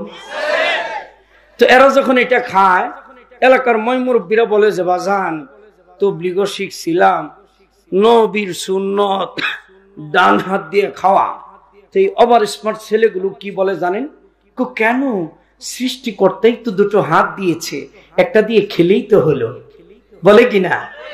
কি সুন্দর ভাষাটা। তা আমিও বলি সৃষ্টিকর্তা তো দুটো হাতের ব্যবহার পদ্ধতিও বলে দিয়েছেন, উনিও তো মুখ দিয়েছেন দুইটা, একটা হলো উপরের দিক দিয়া, এটা হলো খাওয়ার জন্য, আরেকটা নিচ দিয়া সারার জন্য। তো নিচের মুখে সিগারেটটা ধরা, জোরে কর। সম্মানিত উপস্থিতি, সভ্যতার ডেফিনেশন কি দিবা? আমার সমাজে এইরকম হাজারো মানুষ টাকা চিনে, শিক্ষা চিনে, মর্যাদা চিনে, ডান আর বামের তফাৎটা করতে পারে না, কপাল পোড়া। সেও যদি হয় মানুষ, সেও যদি হয় ইনসান, তাহলে সভ্যতা অসভ্যতার ডেফিনেশন ব্যাখ্যা আপনি কি দিবেন? দেন আমারে। আছে আরেকটু বলবো, আমগর দেশে আরো কিছু পাবলিক দেখবেন, যুবকরা রাগ করবা, তোমরা আমার কলিজার টুকরা দোস্ত, জিগরি দোস্ত, রাগ করো না। কিছু যুবক আছে আইফোন লইয়া পালসার হাঁকায়া, ওর ভাবি অন্যরকম, কালো চশমা টশমা হাঁকায়া যায় মসজিদের সামনে দিয়া, বাপ থাকলেও হুজুর ঘরে ইজ্জত দেয়, তো সালাম কালাম দিয়ে যায়। তো আমি মাঝে মধ্যে ডাকি, আসো তো তোমার লইয়া একটু চা খাই। তো যুবক চা খাইবো, মসজিদে আসতে চায় না, সুরের মনে তো জানা পুলিশ কোথায়। তো আমি বললাম কুট পরশো, সাফারি পরশো, এগুলি কে দিছে? মামা লন্ডন থেকে পাঠাইছে। আমি বললাম ভালো তো, মাশাআল্লাহ। আমি একজন স্কলার হয়ে কোন পোশাককে, স্মার্টনেসকে ইন্ডিকেট করতেছি না, অবহেলা করতেছি না, বরংস আমি ইন্সপায়ার করি, উৎসাহিত করি, স্মার্ট থাকো, ভালো পোশাক পরো, ভালো সেট চালাও, সব করো, কারণ সিবগাতুল্লাহ ওমান আহসানু মিনাল্লাহি সিবগা, সৌন্দর্য আল্লাহ পাকের গুণ। তুমি আবার স্মার্ট থাকো, আল্লাহ তোমাকে পছন্দ করবেন। আমার কথাটা হলো, বাহিরটা তোমার এত সুন্দর, ভিতরটার অবস্থাটা কি? যখন বলি তাড়াতাড়ি আসো মসজিদে, তখন কানে কানে যায় কই, হুজুর মসজিদে কেমনে যাবো, মুইটা পানি লইছি না, কয় কিনা? সম্মানিত উপস্থিতি, এলাকার অভিভাবক, বাবা মা যারা কথাগুলো শুনছেন, টাকা খরচ করে মাহফিল করতেছেন, একটাই মাকসাদ, আত্মসংশোধন করা, আমলগুলো ধরিয়ে দেওয়া। আপনার ছেলেটা ভার্সিটিতে পড়ে, আপনার ছেলেটা সারাদিন অফিস করলো, আদালত করলো, সারাদিন পলিটিক্স করলো, এই যে ছেলেটা পালসার হাঁকায় ঘুরলো, এই ছেলেটা যদি রাস্তায় মৃত্যুবরণ করে, হুজুর তো মিলাদ শরীফে দোয়া দিয়া আরে জান্নাতে পৌঁছায় দিব। এলাকার কোটিপতির পোলা মরছে, প্রতিভাবান ছেলে, হুজুর পৌঁছায় দিছে। আপনারাও বললেন ছেলেটা কত ভালো, জোয়ান, ব্রেনটা কত ভালো ছিল, গোল্ডেন এ প্লাস পাইছে। আপনার মনেও দুঃখ, আপনার মনে আফসোস, এই যে ছেলেটা কবরে গেল, কবরে যাওয়ার পরে আল্লাহ কি বলেন? আল্লাহ তো কয়, এটা তো মানুষ পড়াইছিস না, এটা কিসের প্রতিভাবান মানুষ? এটা তো কুত্তা পরছা, কুত্তা মরা মরে আইছে, মুখটা ভানি লইছে না, এমন অবস্থায় মরছে, মুখ দিয়া কলমা বের হইছে না। তোদের কাছে মানুষ হইতে পারে, তোদের কাছে প্রতিভাবান হইতে পারে, কিন্তু আমি আল্লাহর কাছে এটা তো কুত্তার চাইতে নিকৃষ্ট। কথা ঠিক না বেঠে?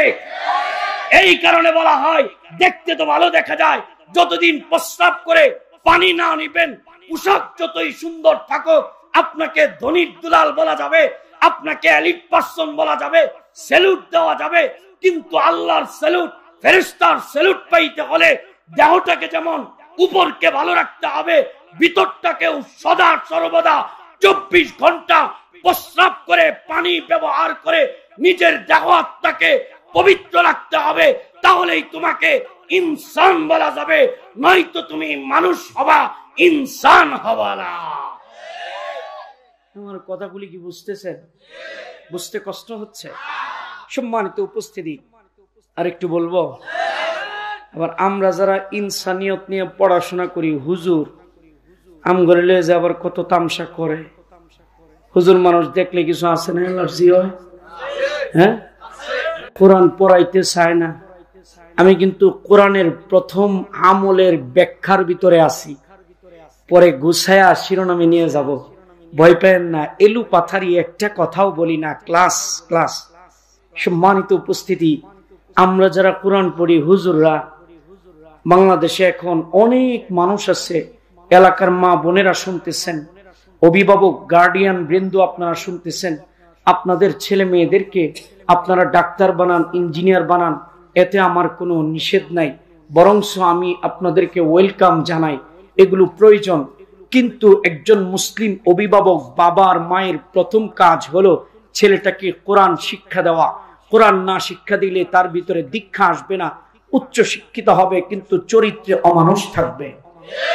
এই কারণে কোরআনকে শিখাইতে হয়। আর কোরআন এমন একটা বিদ্যা, এই বিদ্যাটা যদি কেউ ক্রস থাকে তাহলে জিন্দিগির শেষে একটা মায়ের আছে।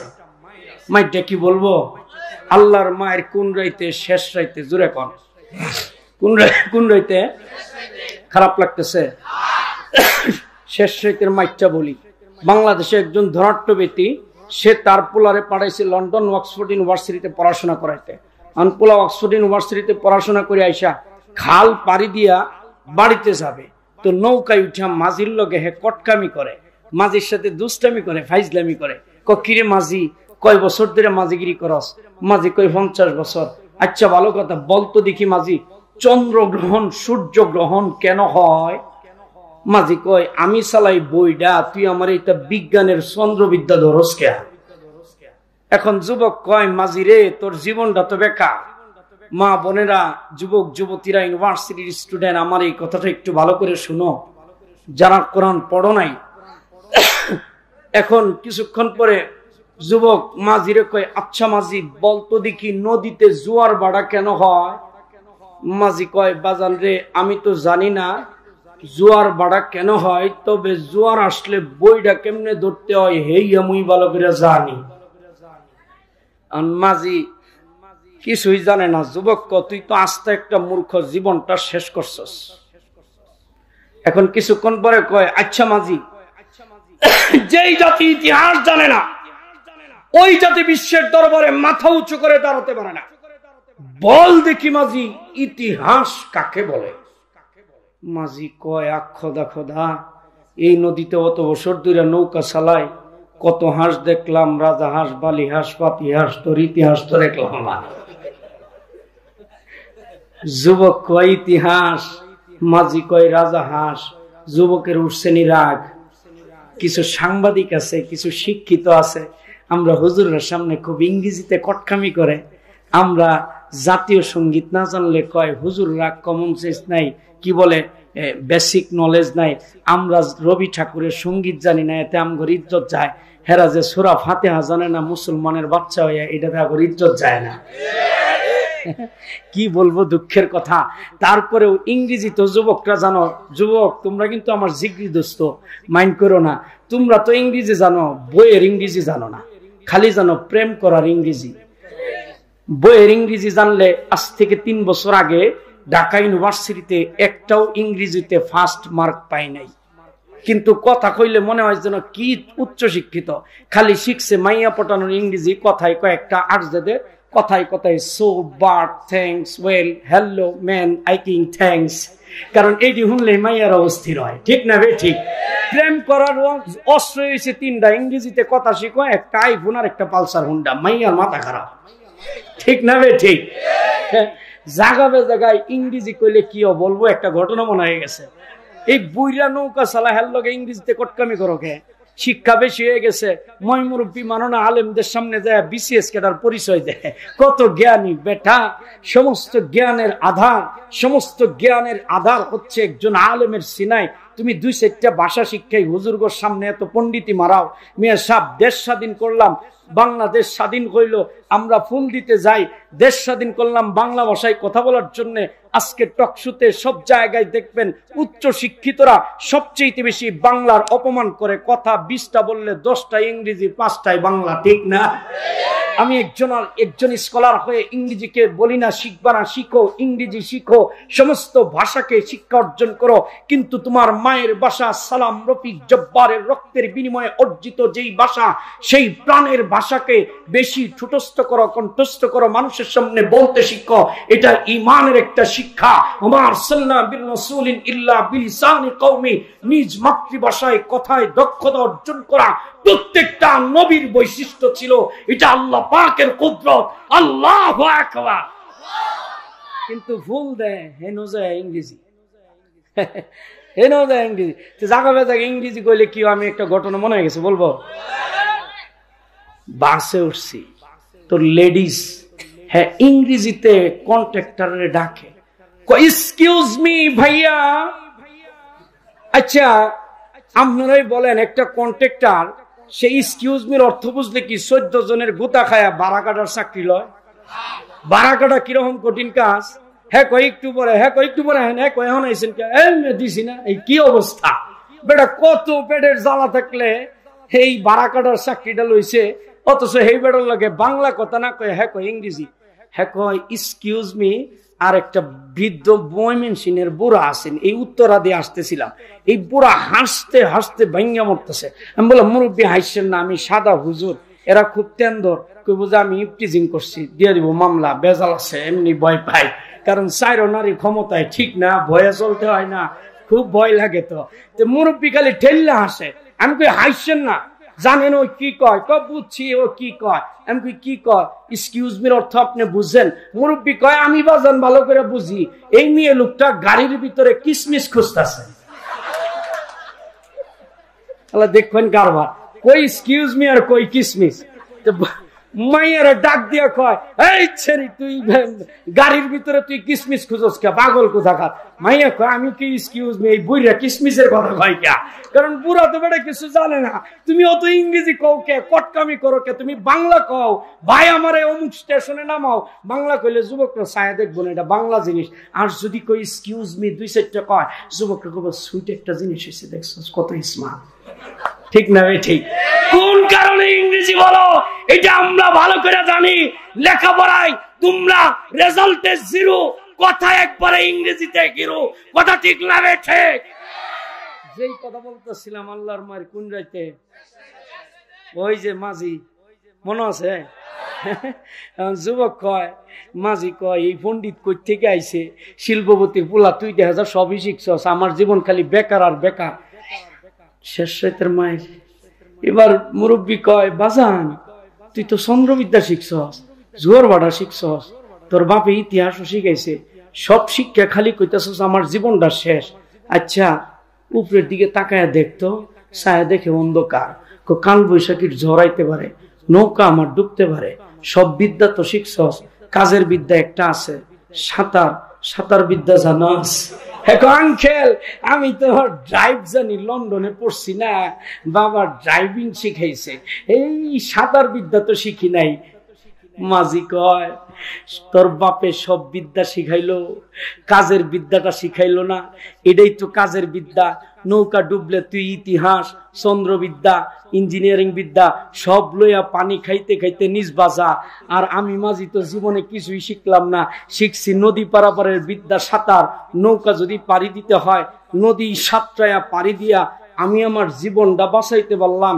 আর তুই সব শিক্ষা এক বিদ্যায় ক্রস থাকার কারণে তো 16 আনা জিন্দিগি বেকার। এইবার যুবক তুই উত্তর দে, কাজের বিদ্যা কেডা শিখছে, কোনটা কাজের মানুষ আর কোনটা অকাজের মানুষ, তুই জবাব দে। ঠিক না বে? ঠিক।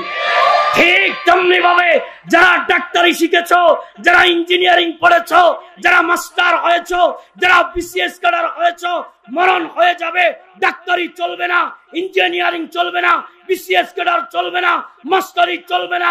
আর যাদেরকে নিয়ে অবহেলা করো, যাদেরকে নিয়ে ক্রিটিসাইজ করো, সেই উলামায়ে কেরাম, আমরা যেই বিদ্যা শিখেছি আমরা কিছুই জানি না, এমন একটা বিদ্যা শিখেছি যেই বিদ্যার কারণে ঘন্টাকে ঘন্টা দুনিয়াতেও সম্মান, আখিরাতেও সম্মান। যেই বিদ্যা দুনিয়াতেও চলে, কবরেও চলে, হাসরেও চলে, পুলসিরাতেও চলে, জান্নাতেও চলে, আল্লাহর কাছেও চলে। সেই বিদ্যা হচ্ছে একমাত্র আল্লাহর কোরআন। তাকবীর, নারে তাকবীর, আল্লাহু আকবার, ইসলামের শত্রুরা হুঁশিয়ার সাবধান, নারে তাকবীর, আল্লাহু আকবার। মুসলমান ভাইরা আমার, রাইসুল মুফাসসিরিন আব্দুল্লাহ ইবনে আব্বাস রাদিয়াল্লাহু তাআলা আনহু বিশ্বনন্দিত একজন মুফাসসিরে কোরআন। আল্লাহর নবীর এই প্রিয় সাহাবীর যখন মৃত্যু হয়ে গেল, কাপড়ের ভিতরে সবুজ বর্ণের একটা পাখি প্রবেশ করেছে। সাহাবায়ে কেরাম পাখিটাকে বের করার চেষ্টা করলেন, কিন্তু পাখিটার কোনো সন্ধান পাওয়া গেল না। পরিশেষে লাশটাকে দাফন কাফন করে কবরে নামিয়ে দেওয়া হলো। আমরা আমাদের আপনজন রিলেটিভ পারসন যখন দুনিয়া থেকে বিদায় নেয়, তাদের লাশটাকে যখন আমরা কবরে নামাই, কবর থেকে ওঠার আগ মুহূর্তে পরিশেষে একজন মানুষ ওই আপন লাশের কপালের উপর থেকে কাপনের কাপড়টা সরিয়ে দিয়ে চেহারাটাকে ক্যাবলামুখী করে দেই কি দেই না? আল্লাহর বান্দা মুসলমান ভাইরা রে আমার, সাহাবী আব্দুল্লাহ ইবনে আব্বাস রাদিয়াল্লাহু তাআলা আনহুর কপালের উপর থেকে কাপনের কাপড়টাকে একজন সাহাবী সরিয়ে দিলেন। আর কাপনের কাপড় সরিয়ে দেওয়ার সাথে সাথে ওই প্রবেশ করা সবুজ বর্ণের পাখিটা কপালের উপরে ফাল দিয়ে চড়ে বসেছে। আল্লাহ রাব্বুল আলামিন সেই পাখিটার জবান খুলে দিয়েছেন। কি বলবো যুবক, সেই কবরের ভিতরে সেই পাখিটা একটা বক্তব্য দিয়েছিল। আজকের তাফসীরের কিতাবগুলো সেই পাখির বক্তব্যটা রেকর্ড করেছে। কি বক্তব্য দিয়েছিল বলবো? মুসলিম নওজোয়ান বন্ধুরা আমার, যারা দুনিয়ার সব শিখেছ কিন্তু জবানটা দিয়ে আজও পর্যন্ত কোরআন পড়তে পারো না, দিলের কান দিয়ে কথাগুলো শুনো রে যুবক। আল্লাহর বান্দা সেই পাখির জবান দিয়ে একটি বক্তব্য বের করে দিলেন। পাখিটা সাহাবী আব্দুল্লাহ ইবনে আব্বাসকে ডাক দিয়া বলে, ওরে আব্দুল্লাহ ইবনে আব্বাস, অন্ধকার কবরের ভিতরে আসছো, পৃথিবীর আপনজন রিলেটিভ পারসন কেউ তোমার সঙ্গী হয় নাই। কবর এমন একটা মুসিবতের জায়গা, কোটি কোটি বছর এই কবরের ভিতরে কাটিয়ে দিতে হবে। অন্ধকার 3.5 হাত একটা গর্ত, যেই গর্তের ভিতরে নিজের আপন মায়ও যায় না, বাবাও যায় না। নিজের কলিজার টুকরা জনম দুঃখিনী মা যখন বিদায় নিয়ে চলে যায়, ওই মাকে আমরা নিষ্ঠুর হাতটা দিয়ে মাটি দিয়ে চলে আসি, কিন্তু কবরের ভিতরে কোনো সন্তান যায় না, কোনো বাবাও কবরের ভিতরে সঙ্গী হয় না। আল্লাহর বান্দা মুসলমান ভাইরা রে আমার, তুমি যে কবরের দিকে যাচ্ছ, ও তরুণ বন্ধু আমার, শিক্ষিত নওজোয়ান, তুমিও তো কবর পথের যাত্রী। কোন দিন জানি লাশ হয়ে তুমি বিদায় নিয়ে চলে যাও। পৃথিবীর এতগুলো বিদ্যা শিখলা, কিন্তু কোরআন শিখলা না। পাখিটা সাহাবীকে বলে, সাহাবী আমাকে দেখতেছো পাখি, আমার পরিচয় তো পাখি না। সাহাবী বললেন, তোমার পরিচয়টা কি? পাখিটা জবাব দিয়ে বলে, আমার পরিচয় তো হইল ওই যে দুনিয়ার জমিনে তুমি যখন সকাল হইতো, মালিকের কালাম কোরআন শরীফটা হাতে লইয়া তুমি নরম দিলে যখন জবান দিয়া মুহাব্বতের সাথে তিলাওয়াত করতা, আর চোখ দিয়া টপ টপ করে ঝর্ণার মতো পানিগুলো দাড়িগুলো বেয়ে বেয়ে জমিনে পড়ে যেত। আসমানের মালিক তোমার সেই তেলাওয়াতটাকে বড়ই পছন্দ করেছে। আল্লাহু আকবার। শুধু তাই নয়, সাহাবী তুমি কোরআনের উপর গবেষণা করতে করতে জীবনের কোনো বিদ্যা শিখো নাই, একটা মাত্র বিদ্যার পিছনে জীবনটা শেষ করে দিয়েছো। সেই বিদ্যাটা হচ্ছে কোরআন, আর এটাই হলো শ্রেষ্ঠ বিদ্যা। আফদালুল ইবাদাতি তিলাওয়াতুল কোরআন। কোরআন হচ্ছে শ্রেষ্ঠ শিক্ষা। এই শিক্ষার পিছনে তুমি জীবনটা শেষ করে দিয়েছো। আজকে কবর জগতে কেউ আসে নাই, মা আসে নাই, বাবা আসে নাই, ভাই আসে নাই, কেউ আসে নাই, পৃথিবীর কোন বিদ্যাও তোমার সঙ্গী হয় নাই। এই যে আমাকে পাখি দেখতেছো, আমি হচ্ছি সেই দুনিয়ার কোরআন তেলাওয়াত আর কোরআন গবেষণার আমল। সেই আমলটাকে আল্লাহ পাক পাখির রূপ দিয়া কবরে পাঠাইছে, যেন আমি কবর জগৎটাকে আলোকিত করি নূর দিয়া। তোমাকে আমি কোরআন শোনাই, কবর সাগরটা যেন তোমাকে নিয়ে পাড়ি দিতে পারি। এই কবরে তোমার বন্ধু হয়ে থাকার জন্য আল্লাহ আমাকে পাখি বানায়া পাঠাইছে। আসলে আমি পাখি না, আমি হচ্ছি দুনিয়ার কোরআন তেলাওয়াত। আল্লাহর বান্দা মুসলমান ভাইরারে আমার, কবরের ভিতরে সঙ্গী চাও কি চান না? তাহলে যদি কবরের ভিতরে সঙ্গী চান, আগামী কাল থেকে কারা কারা কোরআন শিখবেন? দুই হাত উঁচু করে আল্লাহকে দেখাও। আল্লাহ, তুমি শাহজালাল রাহমাতুল্লাহি আলাইহির শরণে এই মাহফিলে ওয়াদা করতেছে তোমার বান্দাগুলি আগামী কাল থেকে তোমার কালাম শিখবে। এই কালাম শেখার জন্য তাদের জবানগুলো কবুল করে নাও, আল্লাহুম্মা আমিন। এইবার পাখিটা বলল, আমার কাজ হইল চাবি, এই কবরে তোমাকে পাহারাদারি করব, সাগরটা পাড়ি দিব, আল্লাহর কাছে নিয়ে যাব, পুলসিরাত পাড়ি দিব, ময়দানে হাসরে যাব, নবীর সাথে দেখা হবে, আল্লাহর সাথে দেখা করে আমি কোরআন, আমি পাখি, জান্নাত পর্যন্ত তোমার বন্ধু হয়ে থাকবো। তাহলে এমন বন্ধু আমরা বানাইতে চাই তো ইনশাআল্লাহ। আমার 1 নম্বর আলোচনার বিষয় হলো, জান্নাতের নাগরিকত্ব অর্জন করতে হলে আগে পড়তে হবে কোরআন। কোরআন পড়লে কবরের সঙ্গী, হাসরের সঙ্গী, পুলসিরাতের সঙ্গী, সব জায়গায় সঙ্গী, ঠিক কিনা? কোরআন গেল আছে 2 আমল, বলবো না, শেষ করে দিব।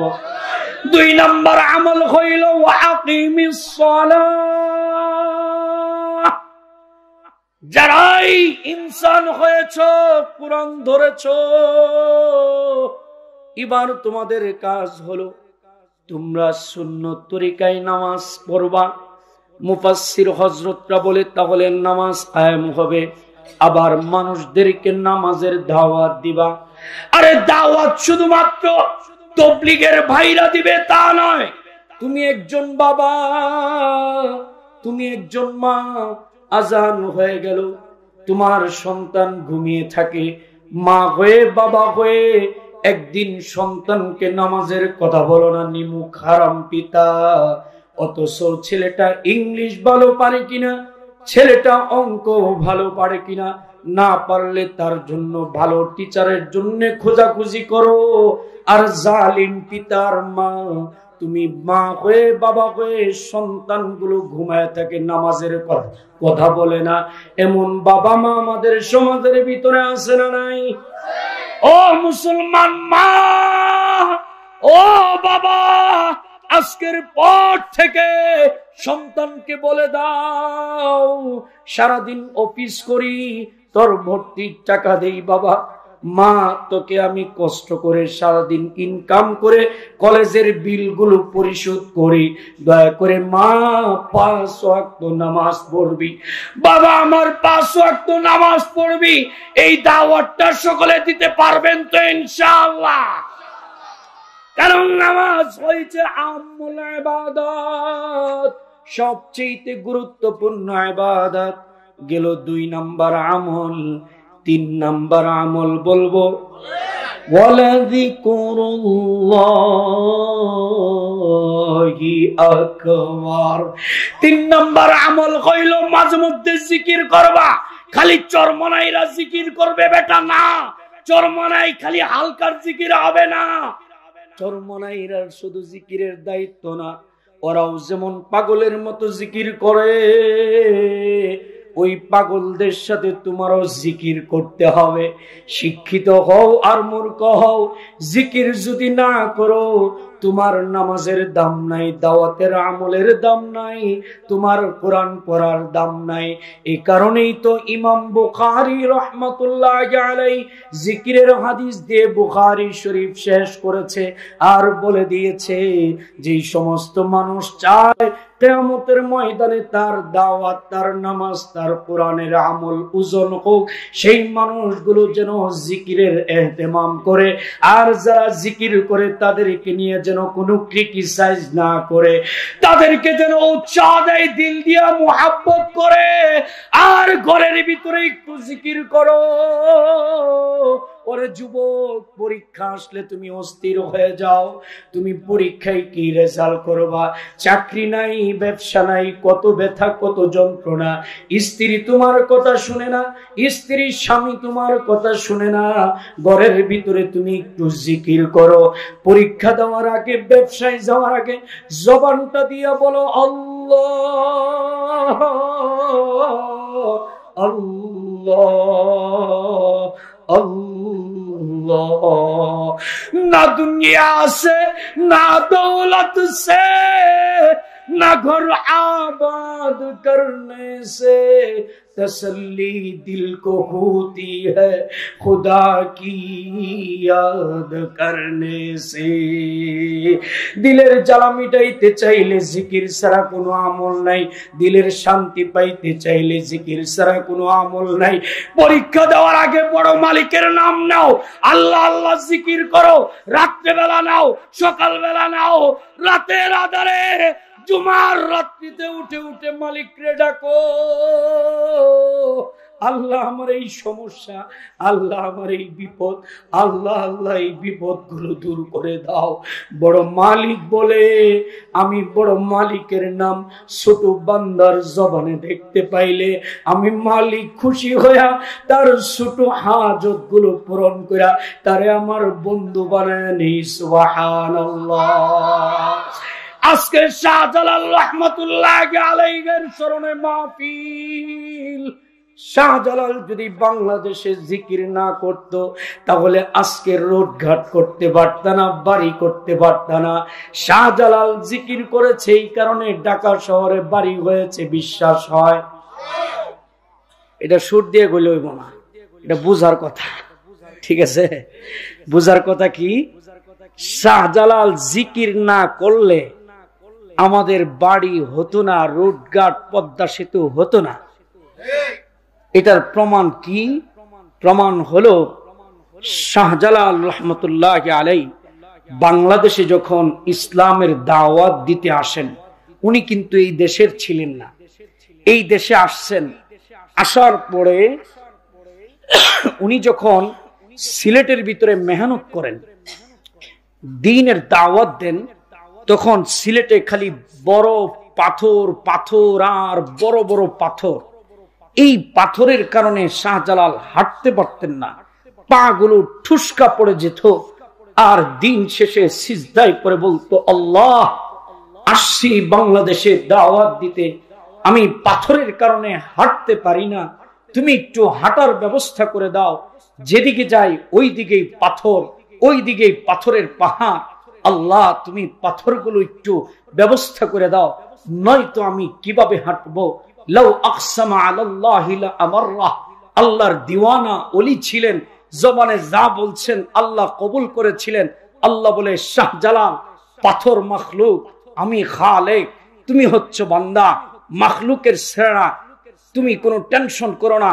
আল্লাহু আকবারের জিকির উঠাও, পাথরের পাহাড়ের সামনে গিয়ে আল্লাহ নামের জিকির দাও, পাথরগুলো সব খণ্ড বিখণ্ড হয়ে যাবে। শাহজালাল সেই পাথরের পাহাড়ের সামনে গিয়ে একটা জিকির উঠাইছিলেন, আল্লাহু আকবার। দেওয়ার সাথে সাথে সমস্ত পাথরগুলো টুকরা টুকরা হয়ে ছিন্ন বিচ্ছিন্ন হয়ে গেল। সেই শাহজালালের জিকিরের বরকতে সেই সিলেটের ভিতরে আজকে জাফলং পাথরের নগরী হয়েছে। শাহজালাল জিকির না করলে পাথর ভাঙ্গা হতো না, পাথর না হইলে পদ্মা সেতু হইতো না, পাথর না হইলে রাজধানী হইতো না, পাথর না হইলেও 10 তলার বিল্ডিং হইতো না। আজকে সোনার বাংলার প্রত্যেকটা রোডঘাট, আজকে পদ্মা সেতু, আজকে তোমার বাড়ি এই পাথর দ্বারা হচ্ছে। এই টুকরা পাথর কোত্থেকে পাইলা বাঙালি? শাহজালাল জিকির করেছিল বিদায় পাথরের পাহাড় ভেঙ্গে চুরমার হয়েছিল। আর যদি জিকির না করত, পাথর পাইতা না, বাড়িও করতে পারত না। ঠিক না ঠিক? আল্লাহু আকবার। জিকির আকবার ইবাদত, সবচেয়ে বড় ইবাদত। তাহলে আজকের পর থেকে আমরা সকলেই জিকিরের ইহতিমাম করব তো ইনশাআল্লাহ। কারা কারা করবো ইনশাআল্লাহ? আল্লাহ তুমি এই পাগলগুলো, এই দেওয়ানাগুলোর হাতগুলিকে কবুল করে নাও। আমি গোলাম মুসাফির ওয়াদা করতেছি, জুমার রাত্রিতে শাহজালালের স্মরণে মাহফিল, শাহজালালের মতো জিকির যেন যুবক গুলো করতে পারে, বুড়া গুলো করতে পারে, মায়েরা করতে পারে, তরুণরা করতে পারে, শিশুরা করতে পারে। আল্লাহু আকবার। আল্লাহ তুমি কবুল করো। আলোচনার বিষয়বস্তু ছিল তিনটা: কোরআন, নামাজ, জিকির। ক্লাস বুঝেছেন? বুঝছেন?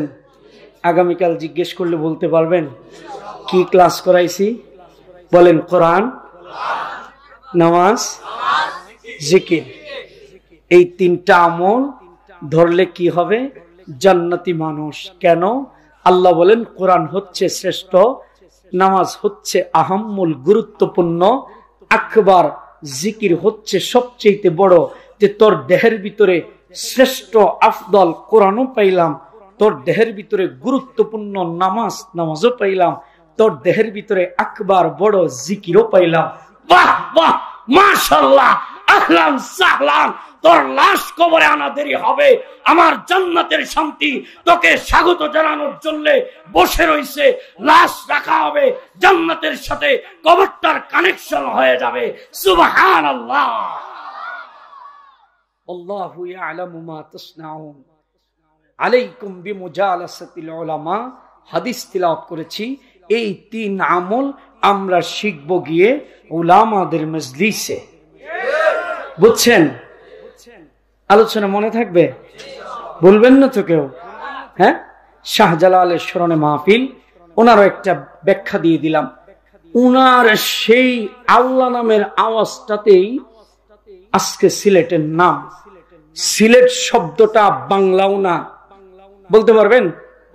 হ্যাঁ, বিসিএস ক্যাডার, অনার্স করছে বাংলায়। কও দেখি কেমন শিক্ষা আছে। সিলেট শব্দ কি ইংরেজি? এটা বাংলাও না, ইংলিশও না, ফার্সিও না, এটা একটা উর্দু গাইয়া ভাষা। শাহজালাল রহমতুল্লাহ আলাইহির ভাষা ছিল, আল্লাহ কবুল করছে। উনি বলছিল পাথরের সামনে যায় আল্লাহু আকবার, সেল হট। সেল মানে পাথর, হট মানে সরে যা। আল্লাহু আকবার। সেই সেল হট থেকেই সিলেট, সেই সেল হট থেকে কি সিলেট। কোন বাপের বেটা শিক্ষিত থাকলে বইলা যাও সিলেট নাম কে করছে, আর না হলে এটা মাইনা নিও। কথা বুঝে আসছে? সম্মানিত উপস্থিতি, এবার 4 নাম্বার একটা কথা বলতে হয় মা বোনদের জন্য। বলবো, এদেরকে বলতে গেলে বহুত ভয় লাগে, কারণ চারোটাই আমরা নারী ক্ষমতায়, পুরুষ সব ডিলেট, একটা দুঃখ লয়ে মরে গেছে, ঠিক না? এখন এদেরকে সবসময় সম্মান দিয়ে কথা কম লাগে। নারীদেরকে একটা ধরতে হবে বোরকা, ঠিক? বোরকা এখন মেয়েরা পড়তে চায় না। শহর নগরী তরুণী বোনেরা আমার, যারা তোমরা কথাগুলো শুনতেছো, একটু দয়া করে মুসলমানের ঘরের মেয়ে হইয়া বোরকাটা পরো। আর যারা বাবা আপনারা এখানে আসছেন, দয়া করে মেয়েটাকে বোরকা দিবেন।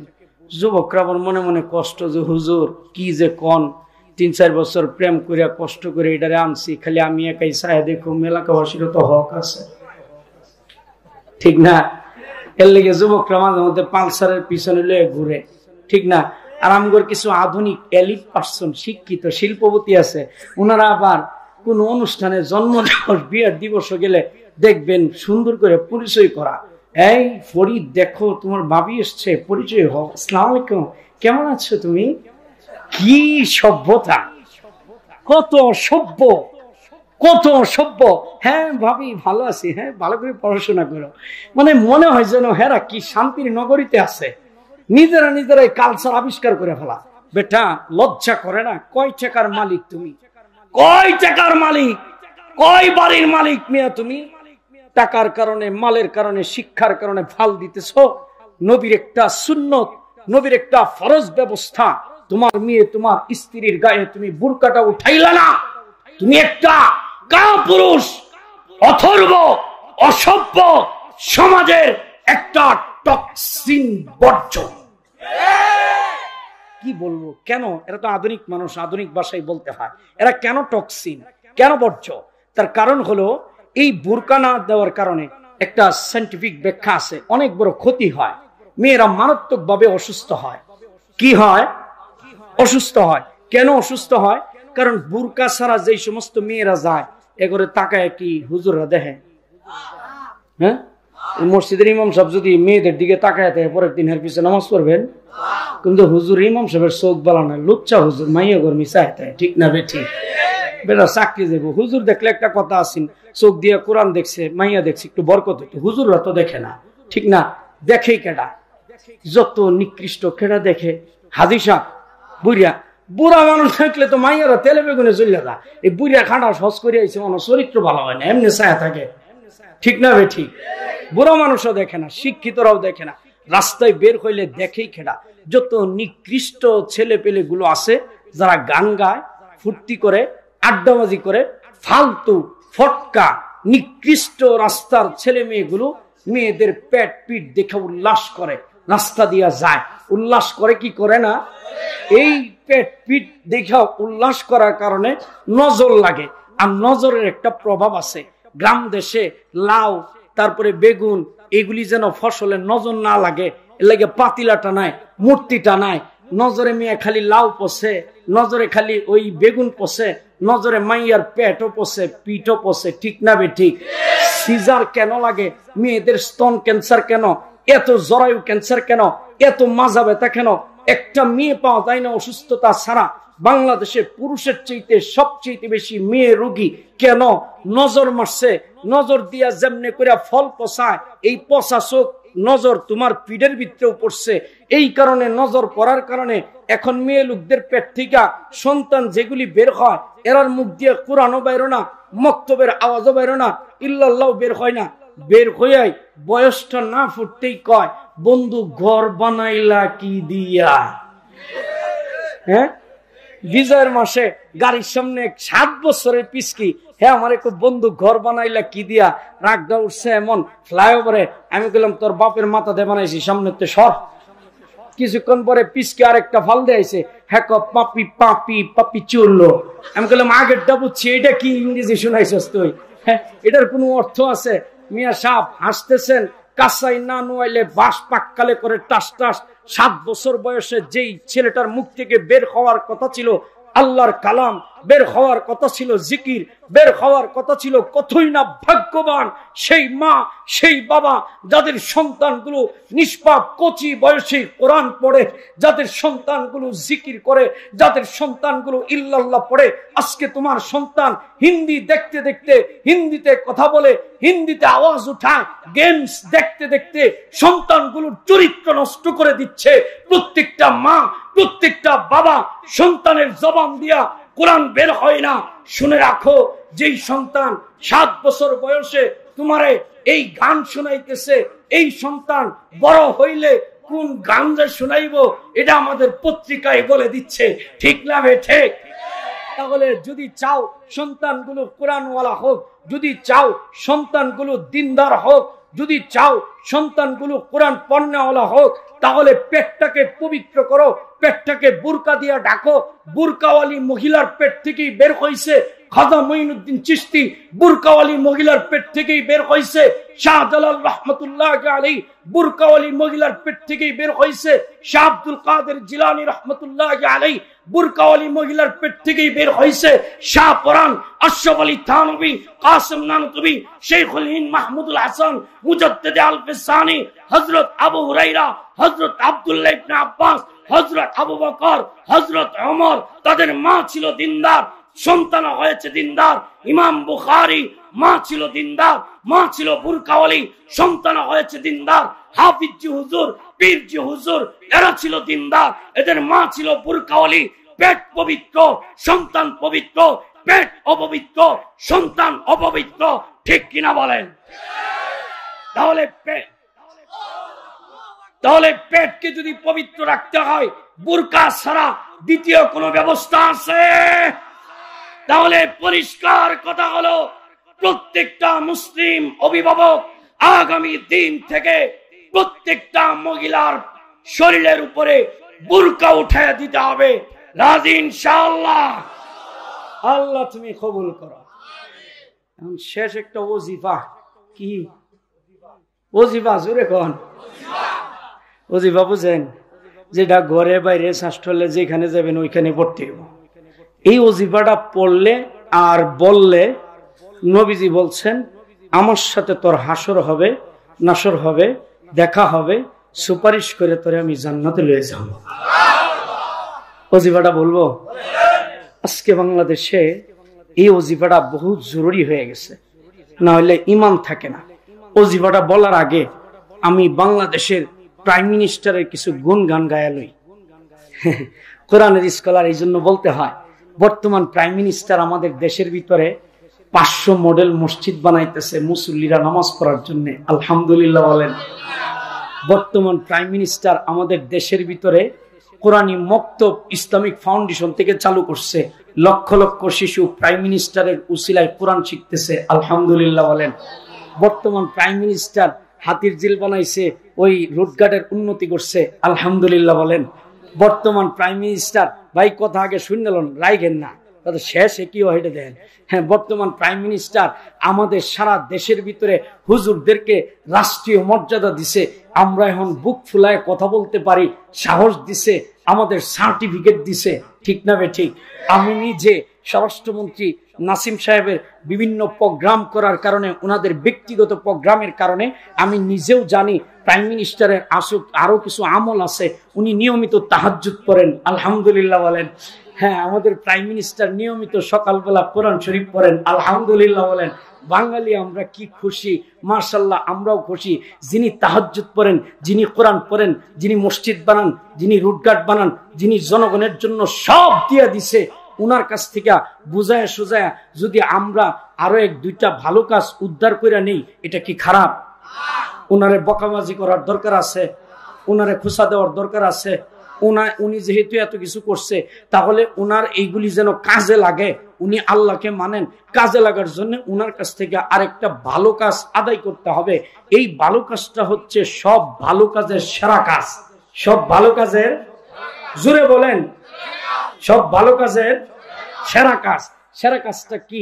যেমন মনে করেন আপনাদের এই এলাকায় একটা ছেলে আছে, লম্বা দাঁড়িয়ে আছে, তসবি জীবনে হাতেতে খুলে না, লম্বা টুপি, এত বড় সুফি সাপ, এত বড় আমলদার, রাস্তা দিয়ে হাঁটতে যা, খালি তসবি পরে। আপনারাও কোন ছেলেটা খুব ভালো, কিন্তু ছেলেটার বাবাকে রাস্তায় একজনে দৌড়া দিছে অপমান, গালি। ছেলে তার বাবাকে একজন গাইলা, হ্যাঁ তসবি পরে জায়গা। আপনারা কোন তো দেখি এই ছেলেটারে কোনো দিনদার কইবেন? খেলে গিয়া তোর বুজুর্গির কি দাম আছে? তোর বাপরে গালি দিল, তোর তসবিটা হাত থেকে ভিতরে রাখা উচিত ছিল যে তোর বাপরে গালি দিছে ওর একটা চটকনা দেওয়া। তুই পারলে না তোর বাপের ইজ্জত রক্ষা করতে? তোর মতো এরকম নেককার সন্তান, এটা বঙ্গোপসাগর ভিক্ষা মার। কথা ঠিক? সম্মানিত উপস্থিতি, শাহজালাল সংগঠনের পক্ষ থেকে আপনার আমার সারা বাংলার ইমানদার তাওহীদি জনতার একটাই প্রাণের দাবি, যেই প্রাইম মিনিস্টার মসজিদ বানিয়েছে, আলেমদেরকে সম্মান দিয়েছে, বুঝতে হবে উনি আল্লাহ বিরু। উনার আল্লাহ বিরুর পরীক্ষার সময় আসছে এখন। সেই সময় হলো আমাদের মায়ের প্রিয়, বাবার প্রিয়, দেশের প্রিয়, নিজের আত্মার চাইতে প্রিয়, প্রাণের স্পন্দন, হৃদয়ের স্পন্দন সরকারে দু আলম নবীজি মুহাম্মদুর রাসূলুল্লাহ সাল্লাল্লাহু আলাইহি ওয়াসাল্লামকে যারা কটূক্তি করে, যারা গালমন্দ করে, যারা গালি দেয়, সেই সমস্ত কুলাঙ্গার তাদের বিরুদ্ধে সংসদের ভিতরে মৃত্যুদণ্ডের আইন পাশ করতে হবে।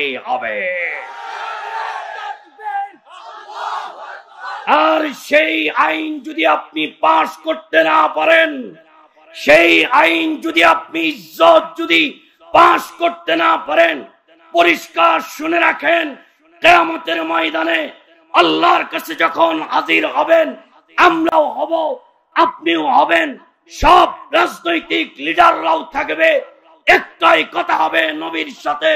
নবী বলবেন, বাংলার জনগণ, মিনিস্টার সামনে আসো, আলেমকে মর্যাদা দিলা, মসজিদ বানাইছো, মক্তব বানাইছো, জনগণকে সুবিধা করে রাস্তা বানাইছো, আমি নবীরে গালি দিছো, সেই বদমাইশের বিচার তুমি কি করেছিলা? জবাব দাও।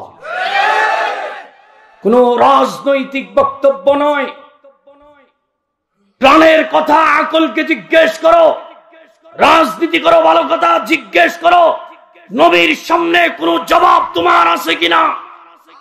যদি জবাব না থাকে তাহলে পরিষ্কার বক্তব্য, অনতি বিলম্বে বাংলার সংসদে নবীর দুশমনদেরকে ফাঁসির আইন পাশ করতে হবে। এই প্রস্তাবে কারা কারা একমত? আল্লাহু আকবার বলো।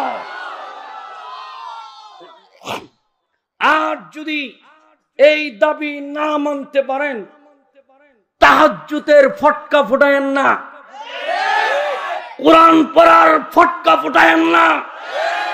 এই তাহাজ্জুদের দাম নাই, কোরআনের দাম নাই।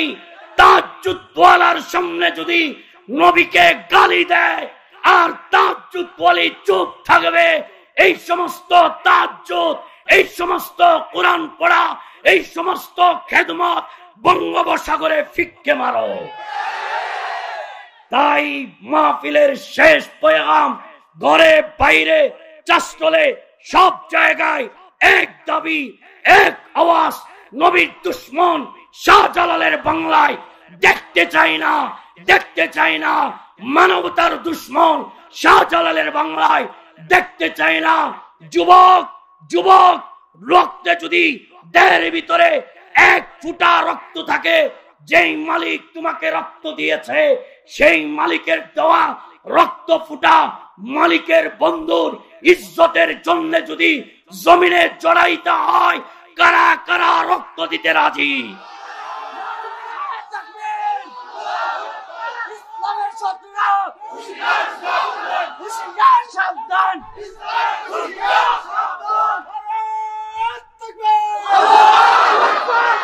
আল্লাহ সকলকে দিলের এই বেদনা, এই আক্ষেপ, এই কষ্ট বোঝার তৌফিক দান করুন।